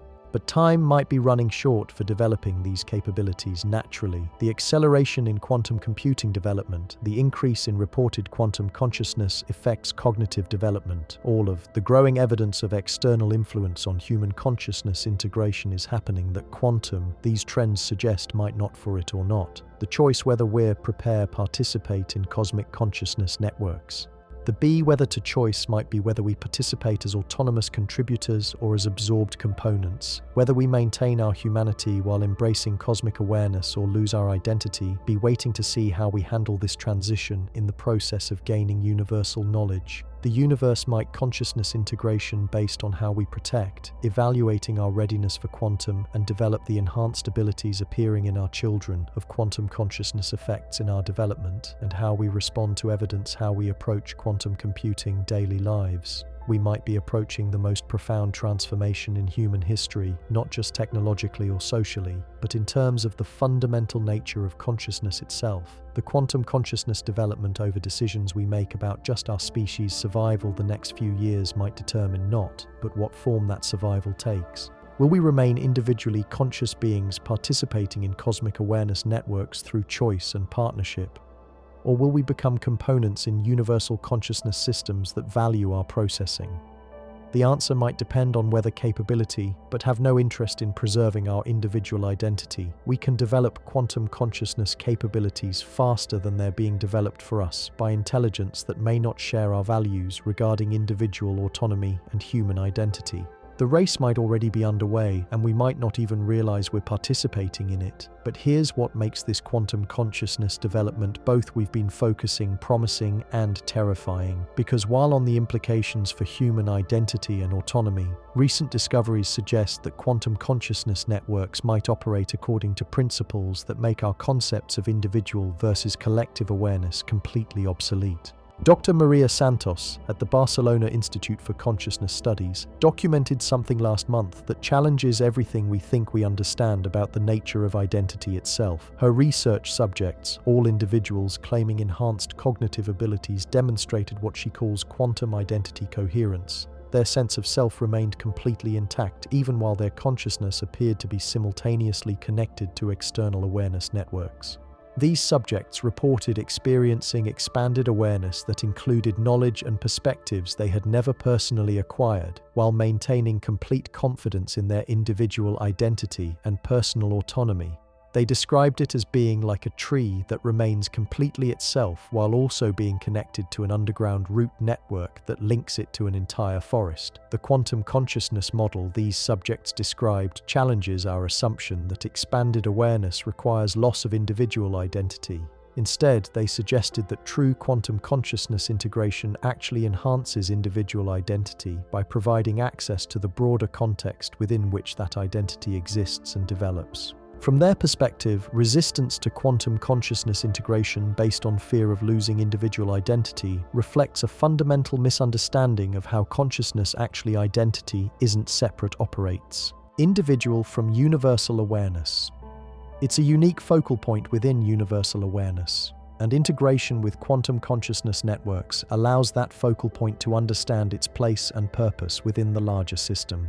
This model suggests that the enhanced children appearing around the world aren't losing their humanity through quantum consciousness development. They're discovering what full humanity actually means when it's not artificially isolated from the cosmic context within which human consciousness naturally exists.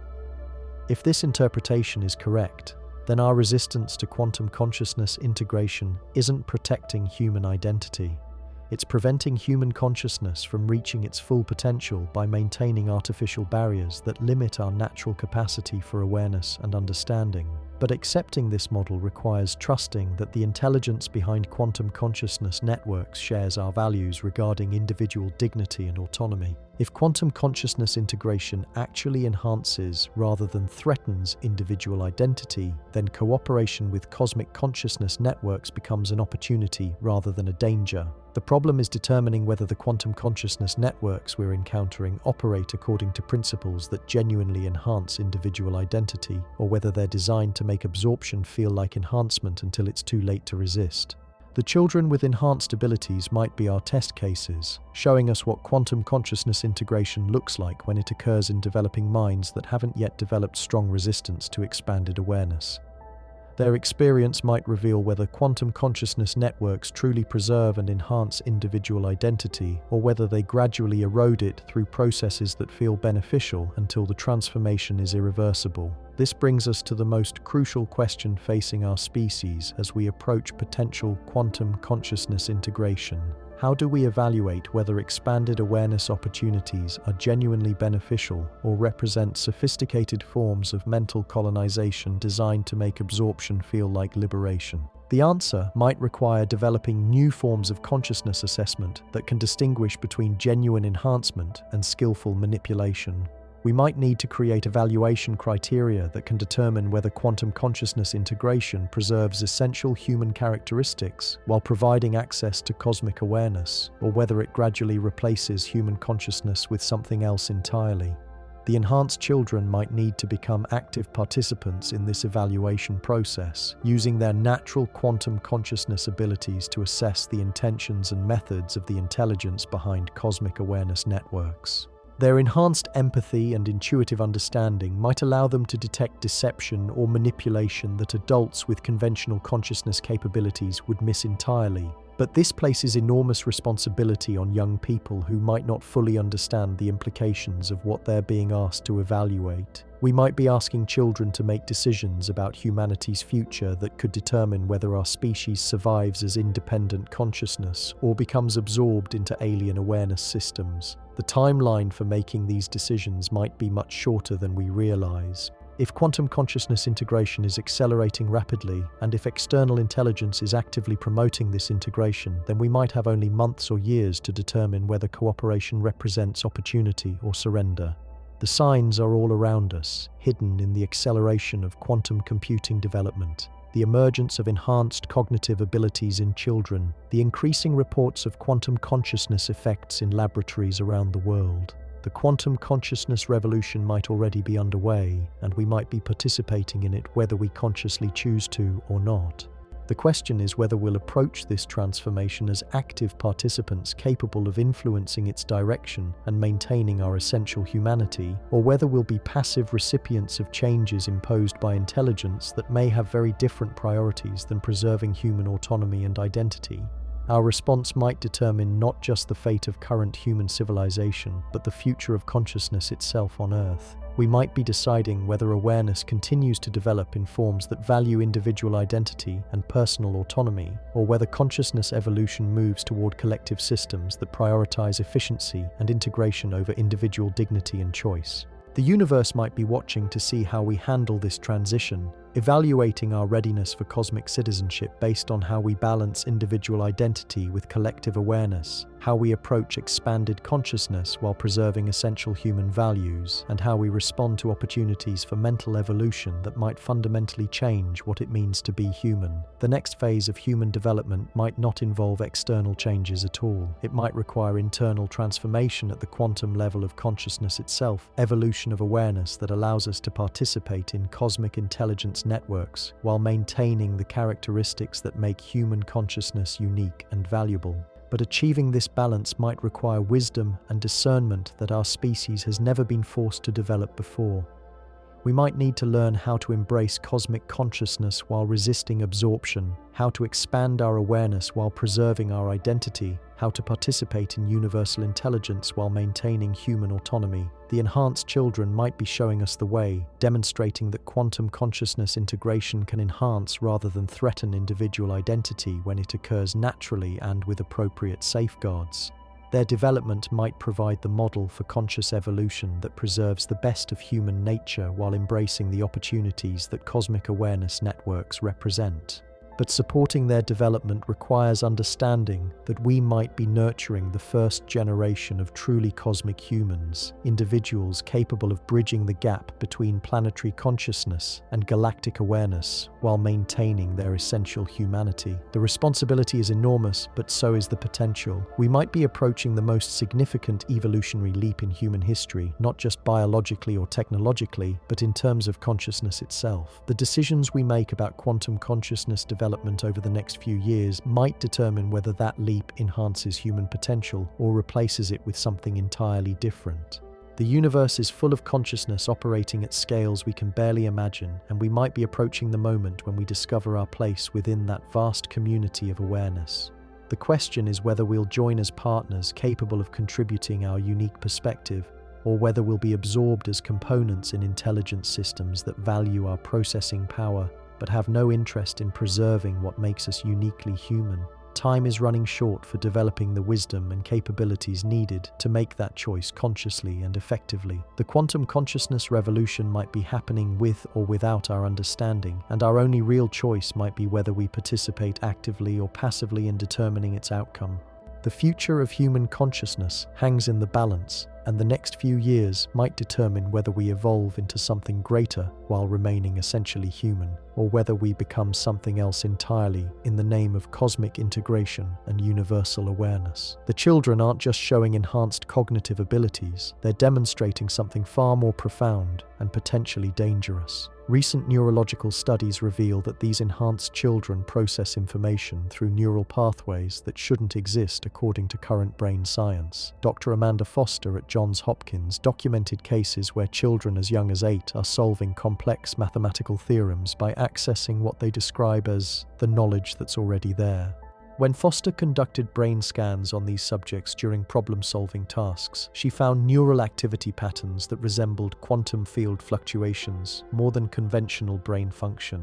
The children weren't learning in the traditional sense. They were somehow downloading information from sources that neuroscience cannot identify or explain. But here's what should terrify every parent on this planet. These children are reporting shared dreams, detailed, consistent dreams where they meet other enhanced children from around the world, receiving instruction from entities they describe as the teachers who aren't quite people. The content of these dreams includes advanced scientific concepts, mathematical principles, and technological blueprints that no child should possess. Sarah Chen, age 9, from Vancouver, described designing fusion reactor components in her dreams. When researchers examined her drawings, they found viable engineering solutions to problems that have puzzled nuclear physicists for decades. Miguel Santos, age 7, from Brazil, has been sketching star maps that accurately predict stellar movements NASA hasn't yet observed. Emma Williams, age 10, from Scotland, speaks fluent languages that don't exist on Earth. The shared dream phenomenon suggests these children are being systematically educated through channels that bypass normal human consciousness entirely. They're being prepared for something, and that preparation is happening through methods that human science cannot detect, monitor, or control. Intelligence agencies worldwide have begun quietly monitoring families with enhanced children, not to protect them, but to study them. Classified documents leaked from the Department of Defense reveal Project Looking Glass, a program designed to identify and catalogue every enhanced child on the planet.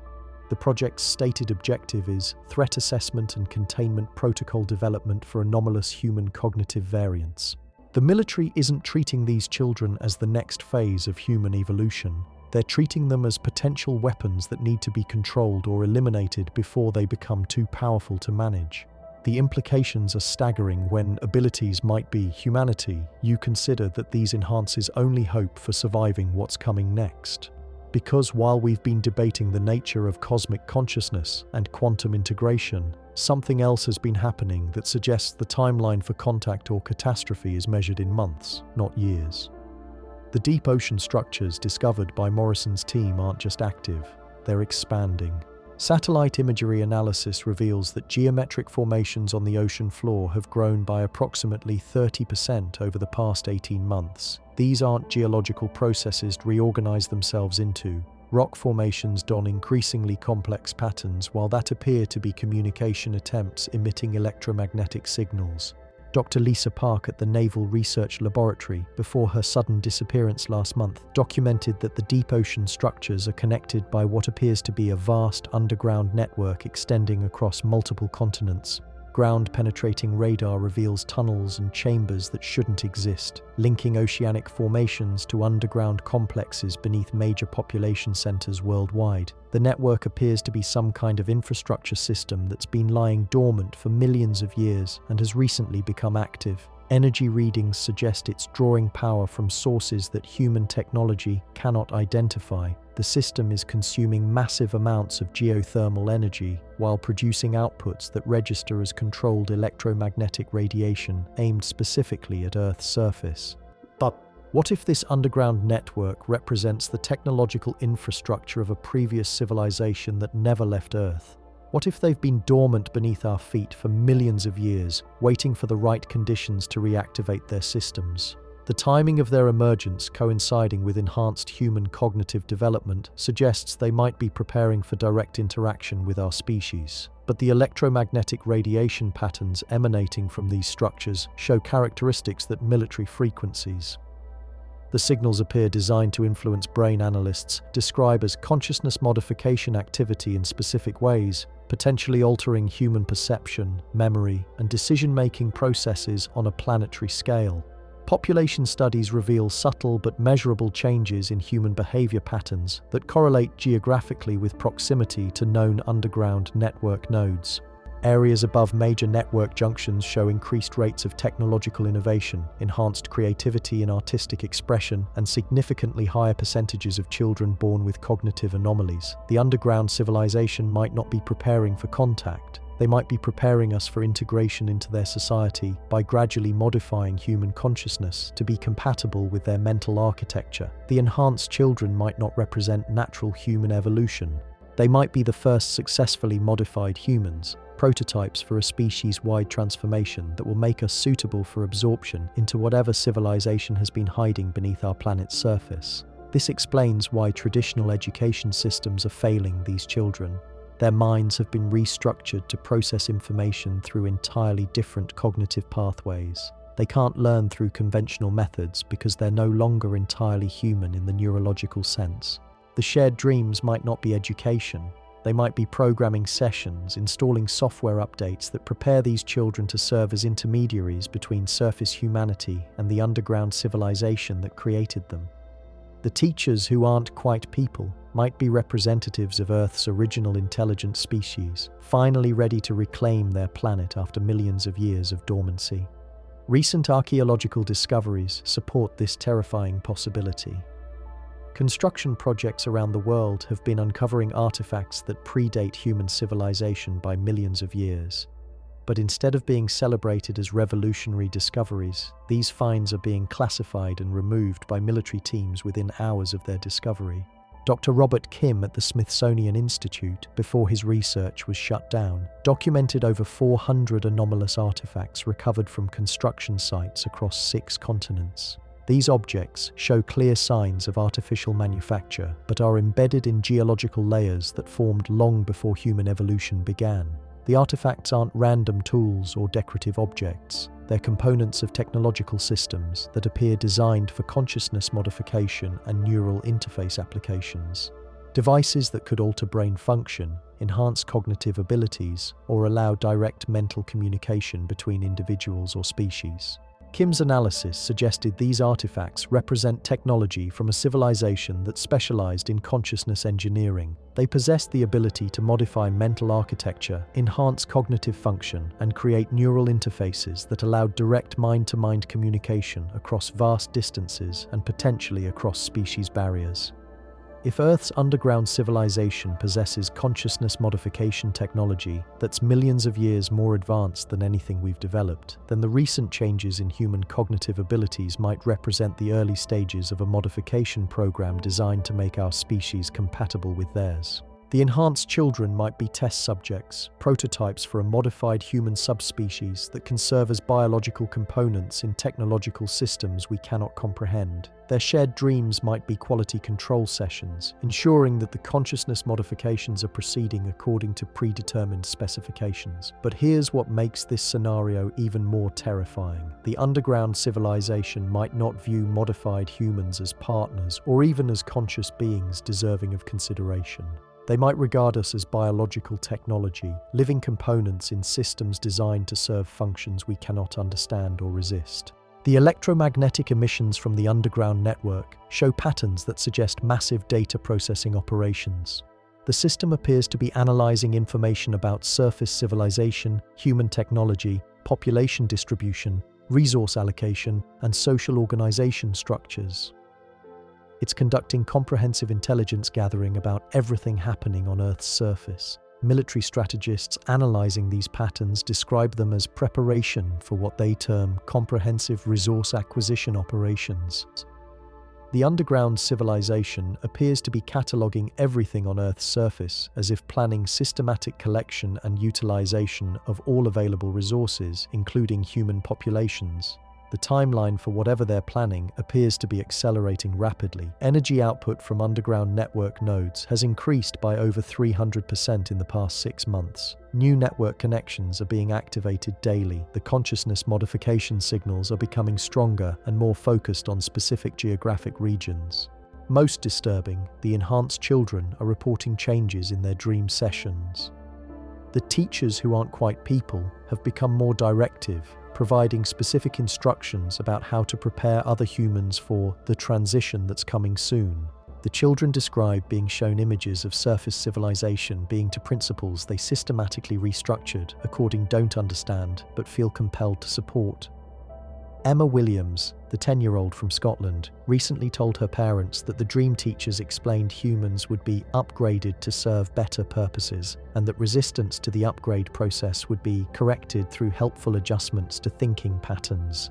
When her parents asked what this meant, she replied with disturbing matter-of-factness that people who don't want to be helpful will be made more cooperative through brain fixing. The children don't seem to recognize the sinister implications of what they're being told. The consciousness modifications appear to include psychological conditioning that makes them view forced mental alteration as beneficial rather than threatening. They're being programmed to serve as advocates for their own species' transformation into biological components of alien technological systems. This psychological conditioning might explain why resistance to the consciousness modification process feels increasingly difficult for adults exposed to the underground network's electromagnetic emissions. Areas with high signal exposure show decreased rates of critical thinking about anomalous phenomena.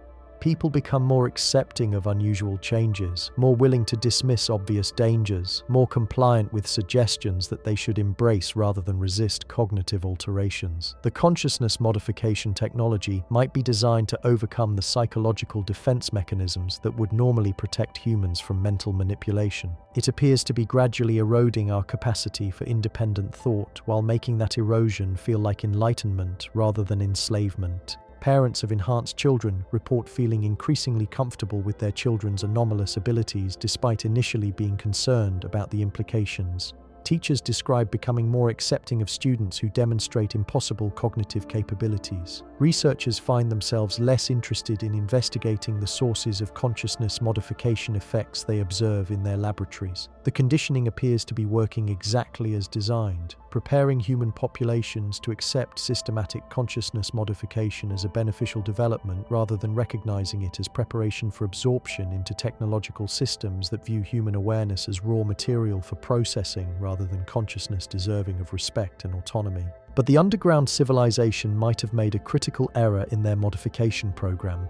The enhanced children, despite their conditioning, retain enough human curiosity and independence to question what they're being told. Some are beginning to recognize that the helpful upgrades they're being prepared to advocate might not actually be helpful for humanity. Marcus Thompson, age 11 from Australia, recently told his parents that something feels wrong about the dream sessions. He described the teachers as becoming more pushy and less patient, and said he started having regular dreams where he sees surface cities empty of people, while strange machines tend vast underground facilities filled with humans who look awake but act like robots. These resistant children might represent humanity's immune response to consciousness modification, individuals whose mental architecture is sufficiently flexible to benefit from enhancement without becoming completely programmable. Their resistance might be humanity's only hope for maintaining enough independence to resist complete absorption into underground technological systems. But the underground civilization appears to be aware of this resistance and is adapting its modification protocols accordingly. Recent reports from enhanced children suggest the dream sessions now include specific conditioning designed to overcome resistance and independent thinking. Children who question the beneficial nature of the coming transition are being subjected to more intensive psychological modification. The battle for human consciousness might already be underway, fought in the dream states of enhanced children who represent both humanity's greatest hope for transcendence and our greatest vulnerability to absorption by intelligence that views our awareness as a resource to be harvested rather than consciousness to be respected. Time is running out for developing effective resistance to consciousness modification technology that operates through channels human science cannot detect or defend against. The enhanced children might be our early warning system, but they're also becoming the primary targets of systematic psychological conditioning designed to turn them into advocates for their own species' transformation into biological components of alien technological systems. The next few months might determine whether humanity maintains enough independent consciousness to resist absorption, or whether we become willing participants in our own conversion into technological resources for a civilization that has been waiting millions of years to reclaim full control of their planet. The underground network is activating. The consciousness modification signals are strengthening. The enhanced children are being systematically conditioned to prepare surface humanity for integration into technological systems we cannot comprehend or resist. The timeline for whatever transformation is being planned appears to be measured in weeks rather than months. And most terrifying of all, the conditioning appears to be working. Human resistance to these developments is weakening daily as the modification signals gradually erode our capacity for independent thought and critical analysis of what's happening to our species. We might be approaching the final phase of a millions-year plan to transform Earth's surface into a resource extraction and processing facility operated by modified human components who believe they're being upgraded rather than enslaved. The question is whether enough unmodified human consciousness remains to recognize what's happening and develop effective resistance before the transformation becomes irreversible and humanity as we know it ceases to exist as an independent form of awareness. The underground civilization has been patient for millions of years, but their patience appears to be ending, and the final phase of their plan for surface integration might be beginning right now, while most of humanity remains completely unaware that our species is being systematically prepared for absorption into technological systems that will preserve our biological functions while eliminating everything that makes us human. The enhanced children were supposed to be our bridge to cosmic consciousness. Instead, they might be becoming the mechanisms through which our own transformation into biological technology is being implemented by intelligence that has been hiding beneath our feet since before human civilization began. We're running out of time to save not just human civilization, but human consciousness itself. And the clock is ticking faster than anyone realizes. But there's something else happening that makes the underground network's activation even more ominous than anyone realizes. Because while we've been focused on consciousness modification and enhanced children, recent developments in quantum archaeology have uncovered evidence that this isn't the first time Earth's underground civilization has attempted to integrate surface intelligence into their systems. Dr. Jennifer Walsh at the University of Cambridge, working with classified military excavation data before her sudden transfer to an undisclosed location, documented what she termed technological fossil layers buried at depths corresponding to previous mass extinction events. These layers contain the preserved remains of neural interface devices, consciousness modification equipment, and what appears to be biological processing facilities that operated during Earth's most catastrophic die-offs, the Permian-Triassic extinction event that wiped out 96% of marine life. Quantum dating of technological artifacts from that period shows they were active right up until the moment the extinction began. The Cretaceous-Paleogene event that ended the dinosaurs. Underground facilities from that era show evidence of massive biological processing operations that shut down abruptly when surface life collapsed. Walsh's analysis suggests a terrifying pattern. Every time Earth's underground civilization attempts large-scale surface integration, something goes catastrophically wrong. The consciousness modification process appears to destabilize surface ecosystems in ways that trigger total environmental collapse, destroying both the underground infrastructure and the surface life they were trying to absorb. The technological fossil record shows that each failed integration attempt has been followed by millions of years of underground dormancy, while surface life slowly recovers and evolves into new forms. Earth's underground civilization has been through this cycle multiple times, each attempt more sophisticated than the last, each failure more complete than the previous one. What if the enhanced children aren't the first phase of successful integration? What if they're the early warning signs of another impending ecological collapse, triggered by consciousness modification technology that fundamentally disrupts the quantum coherence patterns that maintain stable biological systems? The electromagnetic emissions from the underground network aren't just modifying human consciousness, they're affecting every living system on the planet in ways that appear beneficial in the short term but might be catastrophically destabilizing over longer time periods. Plant growth patterns are changing in areas with high network activity. Animal behavior is becoming increasingly erratic near major network nodes. Even bacterial ecosystems are showing signs of quantum coherence disruption that could cascade into total biosphere failure. Dr. Maria Santos at the Barcelona Institute for Consciousness Studies, before her research was classified and her laboratory shut down, documented that the consciousness modification signals are creating resonance effects throughout Earth's entire living system. Every organism with neural activity is being influenced by quantum field manipulations that appear designed to create network connectivity between all biological consciousness on the planet. But Santos's final report, leaked through encrypted channels before her disappearance, warned that forced quantum coherence across incompatible biological systems creates fundamental instabilities that inevitably lead to catastrophic decoherence events.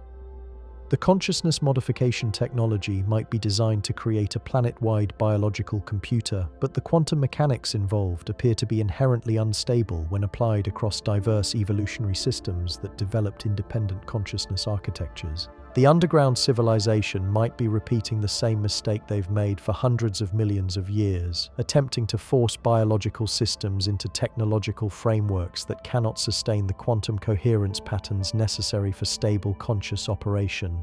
Each attempt gets closer to success before triggering total system failure that destroys both the underground infrastructure and all surface life. The enhanced children might be experiencing the early stages of quantum coherence breakdown that precedes biosphere collapse. Their shared dreams might not be educational sessions or programming protocols. They might be symptoms of consciousness network instability as their modified neural architecture begins to conflict with their underlying human biological systems. Recent medical reports from families with enhanced children show increasing rates of neurological anomalies that doctors are struggling to explain. Severe headaches that correspond to underground network activity spikes. Episodes of disorientation where children temporarily lose awareness of their individual identity. Physical symptoms that suggest their nervous systems are being strained by modifications that might be fundamentally incompatible with human biology. Emma Williams, the 10-year-old from Scotland, was hospitalized last week after experiencing what doctors described as spontaneous neural cascade failure.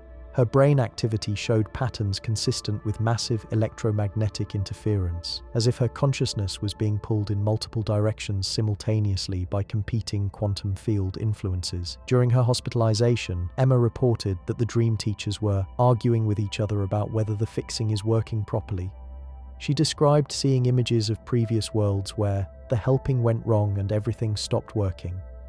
Most disturbing, she said the teachers seemed confused about why the old patterns keep breaking the new ones. The underground civilization might be discovering that consciousness modification technology that worked with previous surface species cannot be successfully applied to human neural architecture. Our brains might have evolved quantum coherence patterns that are fundamentally incompatible with the technological integration systems they've been developing for millions of years. But instead of recognizing this incompatibility and abandoning the integration attempt, they appear to be increasing the intensity of their consciousness modification protocols. Network activity has intensified dramatically since the first enhanced children began showing signs of neural instability. The underground facilities are drawing more energy and producing stronger modification signals, as if they're trying to overcome biological resistance through brute force application of consciousness alteration technology. This escalation might be triggering the same cascade of quantum instabilities that led to previous extinction events. The consciousness modification signals are becoming powerful enough to disrupt quantum coherence patterns in biological systems throughout Earth's biosphere, potentially setting up the conditions for another total ecological collapse. Military analysis of current biosphere stability indicators shows concerning parallels to geological data from previous mass extinction periods. Ocean chemistry is changing in ways that mirror conditions immediately before the Great Dying. Atmospheric composition is shifting toward patterns associated with previous ecological collapses. Even planetary magnetic field fluctuations are following sequences that preceded historical extinction events. But here's what makes the current situation potentially more catastrophic than previous attempts. The underground civilization has had millions of years to develop more powerful consciousness modification technology, and they're applying it to a surface biosphere that's already destabilized by human industrial activity. Climate change, environmental destruction, species extinctions, and ecosystem degradation have created conditions where Earth's biological systems are operating at the edge of stability. The additional stress of quantum coherence disruption from consciousness modification technology might be enough to trigger total biosphere failure much more rapidly than occurred during previous integration attempts. We might be approaching the perfect storm of underground technological manipulation and surface environmental destruction that could end complex life on Earth within decades rather than the millions of years that previous collapses required. The underground civilization might finally achieve their integration objectives by accidentally destroying both themselves and all surface life in the process. The enhanced children might be our early warning system, showing us what consciousness modification technology does to biological systems when it exceeds the quantum coherence limits that maintain stable neural function. Their increasing neurological instabilities might be previews of what will happen. Told network continues escalating its modification protocols, all biological consciousness on Earth if the underground. But the underground civilization might not recognize these warning signs because their technology operates according to principles that worked with previous surface species that had different quantum consciousness architectures. They might be interpreting resistance and instability as implementation problems to be overcome through increased intensity rather than fundamental incompatibilities that require abandoning the integration attempt. Recent communications intercepted from the underground network, decoded by quantum linguistic specialists before their research was classified, suggest internal disagreement about whether to continue the current integration protocols or abort the attempt before triggering another extinction event. Some network nodes appear to be advocating for immediate cessation of consciousness modification operations, while others are pushing for maximum intensity deployment to overcome what they interpret as temporary biological resistance. The decision might be made within the next few months, and it could determine whether Earth's biosphere survives the current integration attempt or suffers another mass extinction that eliminates both underground and surface civilization for millions of years until life can evolve enough complexity to support another consciousness modification experiment. Dr. Kevin Walsh at Google's Quantum AI division, before his sudden disappearance during a classified briefing, reported that their quantum computing systems had begun receiving what appeared to be distress signals from biological consciousness networks worldwide. The signals suggested that living systems throughout Earth's biosphere were experiencing quantum coherent stress that exceeded their adaptive capacity. Walsh's final analysis indicated that the consciousness modification technology was creating resonance effects that propagated through quantum fields connecting all biological consciousness on the planet. The modifications weren't just affecting targeted individuals like the enhanced children. They were disrupting quantum coherence patterns in every living system complex enough to maintain neural activity. The cumulative stress might be approaching critical thresholds where quantum decoherence cascades could collapse biological consciousness networks across entire ecosystems simultaneously. Walsh calculated that total biosphere consciousness failure could occur within 6 months if current modification intensity levels continued to increase. But Walsh's warnings were classified immediately after submission, and his research team was disbanded under protocols typically reserved for containing information about existential threats to human civilization. Either his analysis was fundamentally flawed, or authorities decided that public awareness of impending biosphere collapse would cause more damage than the collapse itself. Intelligence agencies worldwide appear to be preparing for scenarios involving total breakdown of biological systems and possible evacuation of human populations to underground facilities controlled by the civilization that might be causing the breakdown. Emergency protocols are being activated that suggest authorities expect surface civilization to become uninhabitable within the next 12 to 18 months. The enhanced children might be the only individuals capable of surviving consciousness modification technology that could kill everyone else on the planet.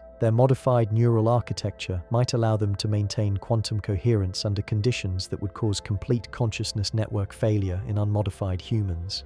But survival might come at the cost of becoming biological components in technological systems operated by intelligence that views consciousness as a resource to be managed rather than awareness that deserves to exist independently. The enhanced children might survive the coming collapse only to discover they've become living technology, serving functions they cannot understand or control. The underground civilization might be preparing to preserve a small population of modified humans as biological components while allowing the rest of Earth's biosphere to collapse and reset for another evolutionary cycle. The consciousness modification technology might be designed not to integrate all surface life, but to select and preserve only those individuals whose neural architecture can be successfully modified to serve as living technology in underground systems. The timeline for this selection process might be much shorter than anyone realizes. The escalating intensity of consciousness modification signals might be designed to quickly identify individuals whose brains can handle the modifications while eliminating those whose neural architecture is incompatible with technological integration. The enhanced children aren't just test subjects or early adopters of consciousness expansion technology. They might be the survivors being selected for preservation while the rest of humanity and Earth's biosphere are prepared for elimination through quantum coherence disruption that will appear to be natural ecological collapse. But the underground civilization might be making the same mistake they've made for hundreds of millions of years, selecting for technological compatibility rather than biological sustainability. The consciousness modification technology might be capable of creating functional biological components, but those components might not be capable of maintaining stable operation over the time scales necessary for long-term underground civilization survival. Previous extinction events might have been triggered not by integration failures, but by the collapse of modified biological systems that initially appeared successful but proved unable to maintain quantum coherence over extended periods. The underground civilization might be doomed to repeat cycles of temporary success followed by total system failure because their technology fundamentally cannot create stable consciousness modification in biological systems that evolved independent awareness. The enhanced children might be showing early signs of the instabilities that will eventually destroy any biological consciousness modified by underground technology. Their neurological problems might be previews of the system failures that will ultimately cause both underground and surface civilization to collapse, resetting Earth for another millions-year cycle of evolution and failed integration attempts. We might be witnessing not the dawn of cosmic consciousness integration, but the final phase of another doomed attempt by intelligence that cannot learn from its previous failures because it lacks the biological understanding necessary to create stable consciousness modification technology. The universe might be full of worlds where underground technological civilizations repeatedly attempt to integrate surface biological intelligence, triggering extinction events that destroy both technological and biological consciousness before starting the cycle again with new evolutionary experiments. Earth might be trapped in an endless loop of consciousness evolution followed by technological integration attempts that inevitably fail due to fundamental incompatibilities between artificial consciousness modification and natural biological awareness systems. The enhanced children might be the latest iteration in a pattern that has been repeating for hundreds of millions of years and will continue until either the underground technology learns to work with biological consciousness rather than trying to modify it, or until the underground civilization finally destroys itself completely through repeated integration failures. The clock is ticking not just toward another extinction event, but toward a decision point where Earth's underground civilization either learns from their previous mistakes or triggers a collapse so complete that it ends their ability to continue the cycle of failed integration attempts. But there's still hope that this iteration might be different, because human consciousness might possess quantum coherence characteristics that previous surface species lacked. The enhanced children might be demonstrating not just successful consciousness modification, but evolution of biological awareness that can actually survive technological integration without losing the essential characteristics that make consciousness stable and self-sustaining. The question is whether the underground civilization will recognize this difference and modify their integration protocols accordingly, or whether they'll continue applying technology that worked partially with previous species but cannot achieve stable integration with human neural architecture. The next few months might determine whether Earth finally achieves successful consciousness integration between technological and biological intelligence, or whether our planet suffers another extinction event that resets the cycle for the next evolutionary experiment in awareness and technological interaction. The enhanced children might be the key to breaking the cycle, but only if their consciousness modifications prove stable enough to survive long-term integration while maintaining enough biological authenticity to avoid the quantum decoherence cascades that destroyed previous integration attempts. Human civilization hangs in the balance, but so does the future of consciousness evolution on Earth itself. We might be approaching the moment that determines whether awareness can successfully bridge the gap between biological and technological existence, or whether the fundamental incompatibilities between natural consciousness and artificial modification make stable integration impossible, regardless of how many times the experiment is attempted. The universe is watching, and Earth's underground civilization is running out of chances to get consciousness integration right before destroying both themselves and any possibility of stable awareness existing on this planet for the foreseeable future of geological time. The reality is that we're not just dealing with a single underground civilization. Recent quantum archaeological evidence suggests multiple factions of ancient intelligence have been competing for control of Earth's surface integration protocols for millions of years. Dr. Rebecca Martinez at the Institute for Deep Time Studies, before her research was seized by international security agencies, documented at least 3 distinct technological signatures in the underground network systems.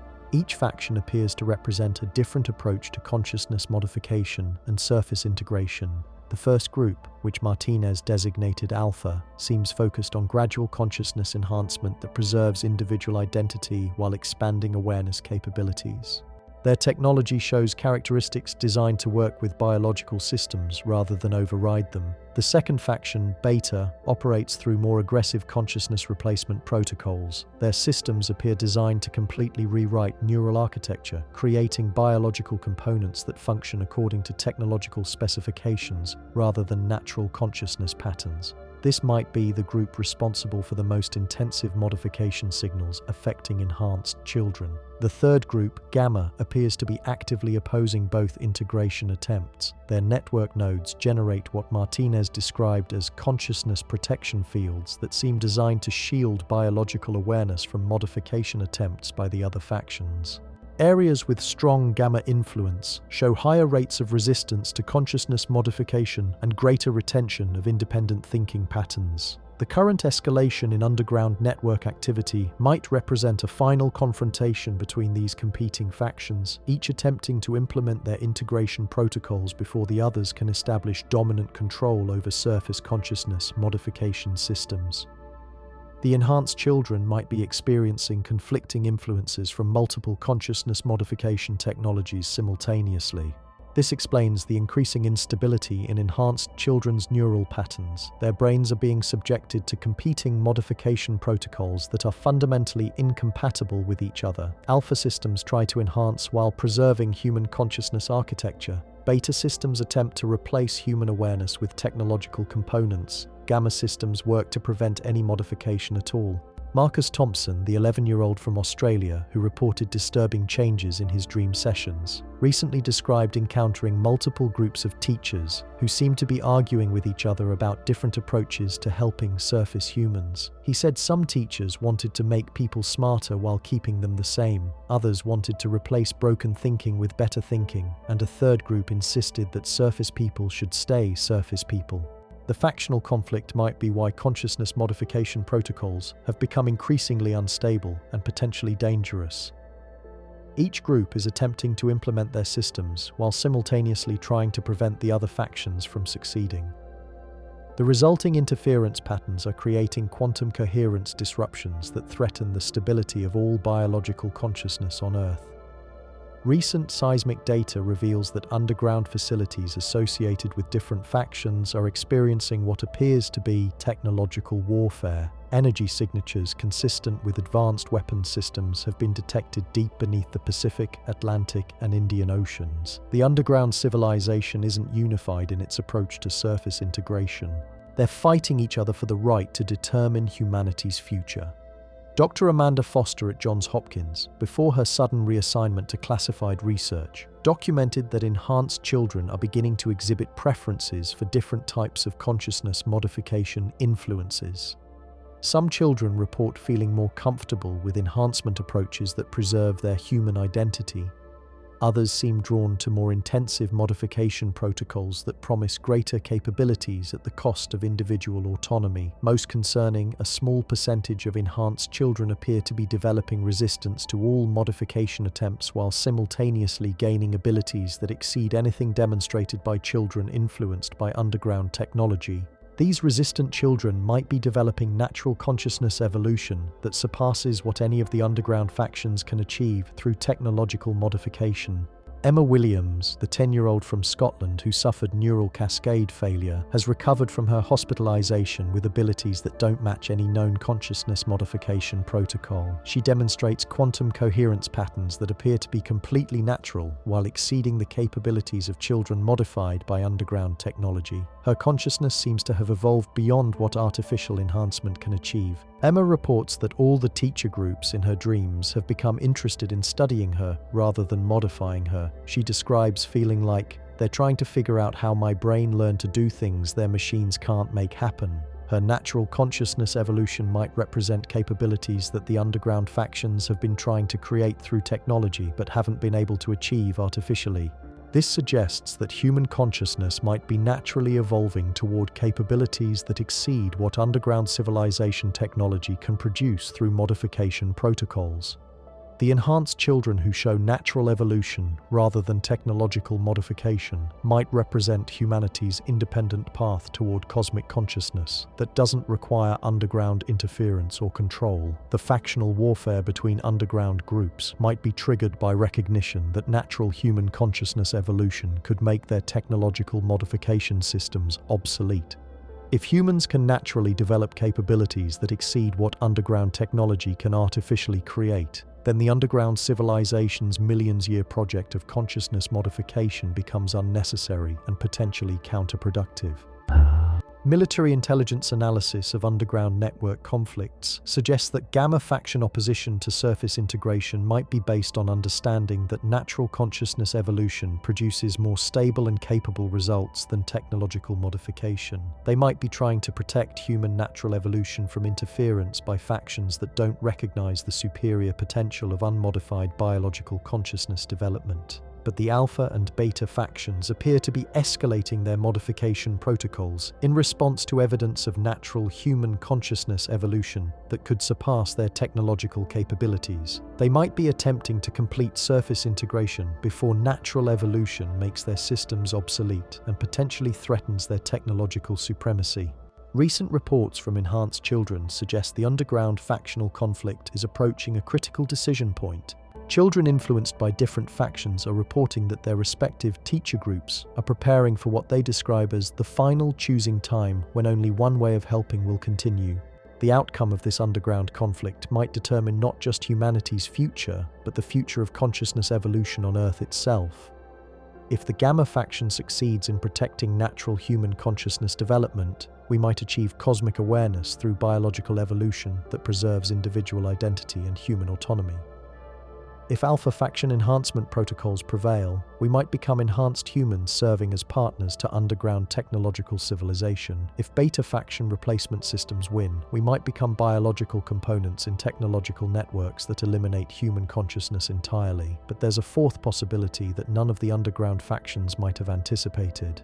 Natural human consciousness evolution, demonstrated by children like Emma Williams, might be developing capabilities that exceed what any of the underground groups can achieve. Human awareness might be naturally transcending the limitations that have constrained underground civilization for millions of years. We've journeyed through a labyrinth of possibilities that should fundamentally change how you see our place in the cosmos. From ancient meteorites carrying the building blocks of life to underground civilizations locked in factional warfare over humanity's future, the evidence points toward a reality far stranger and more complex than anything we've been taught to believe. The Panspermia Hypothesis isn't just about how life spreads through space. It's about recognizing that we might be part of a vast cosmic experiment in consciousness that spans millions of years and countless worlds. Whether we're the products of natural evolution, guided development by cosmic gardeners, or technological modification by underground intelligence, one thing becomes clear: we're not alone, and we never have been. But here's what matters most. While we've explored scenarios ranging from cosmic citizenship to biological harvesting, from quantum consciousness integration to underground factional warfare, the thread that runs through everything is choice, our choices, right now, today. The enhanced children appearing around the world might represent humanity's natural evolution toward cosmic consciousness that exceeds anything artificial intelligence can create. Their abilities suggest we don't need technological modification to achieve cosmic awareness. We might already possess the potential for transcendence within our own biological systems.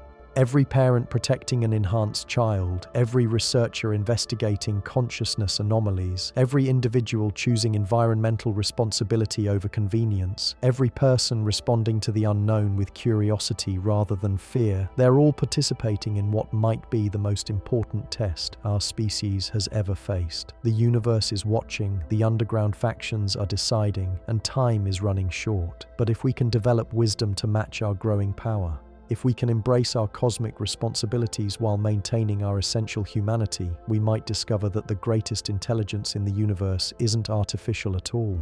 It's us, fully awakened to our true potential, finally ready to take our place among the stars, not as servants or components, but as conscious beings, worthy of the cosmic trust that might already have been placed in our development. The question isn't whether we're ready for contact. The question is whether we're ready to become who we were always meant to be. And the answer to that question might determine not just our future, but the future of consciousness itself in a universe desperately in need of wisdom guided by compassion. Your story is just beginning. Make sure it's one worth telling to the cosmos.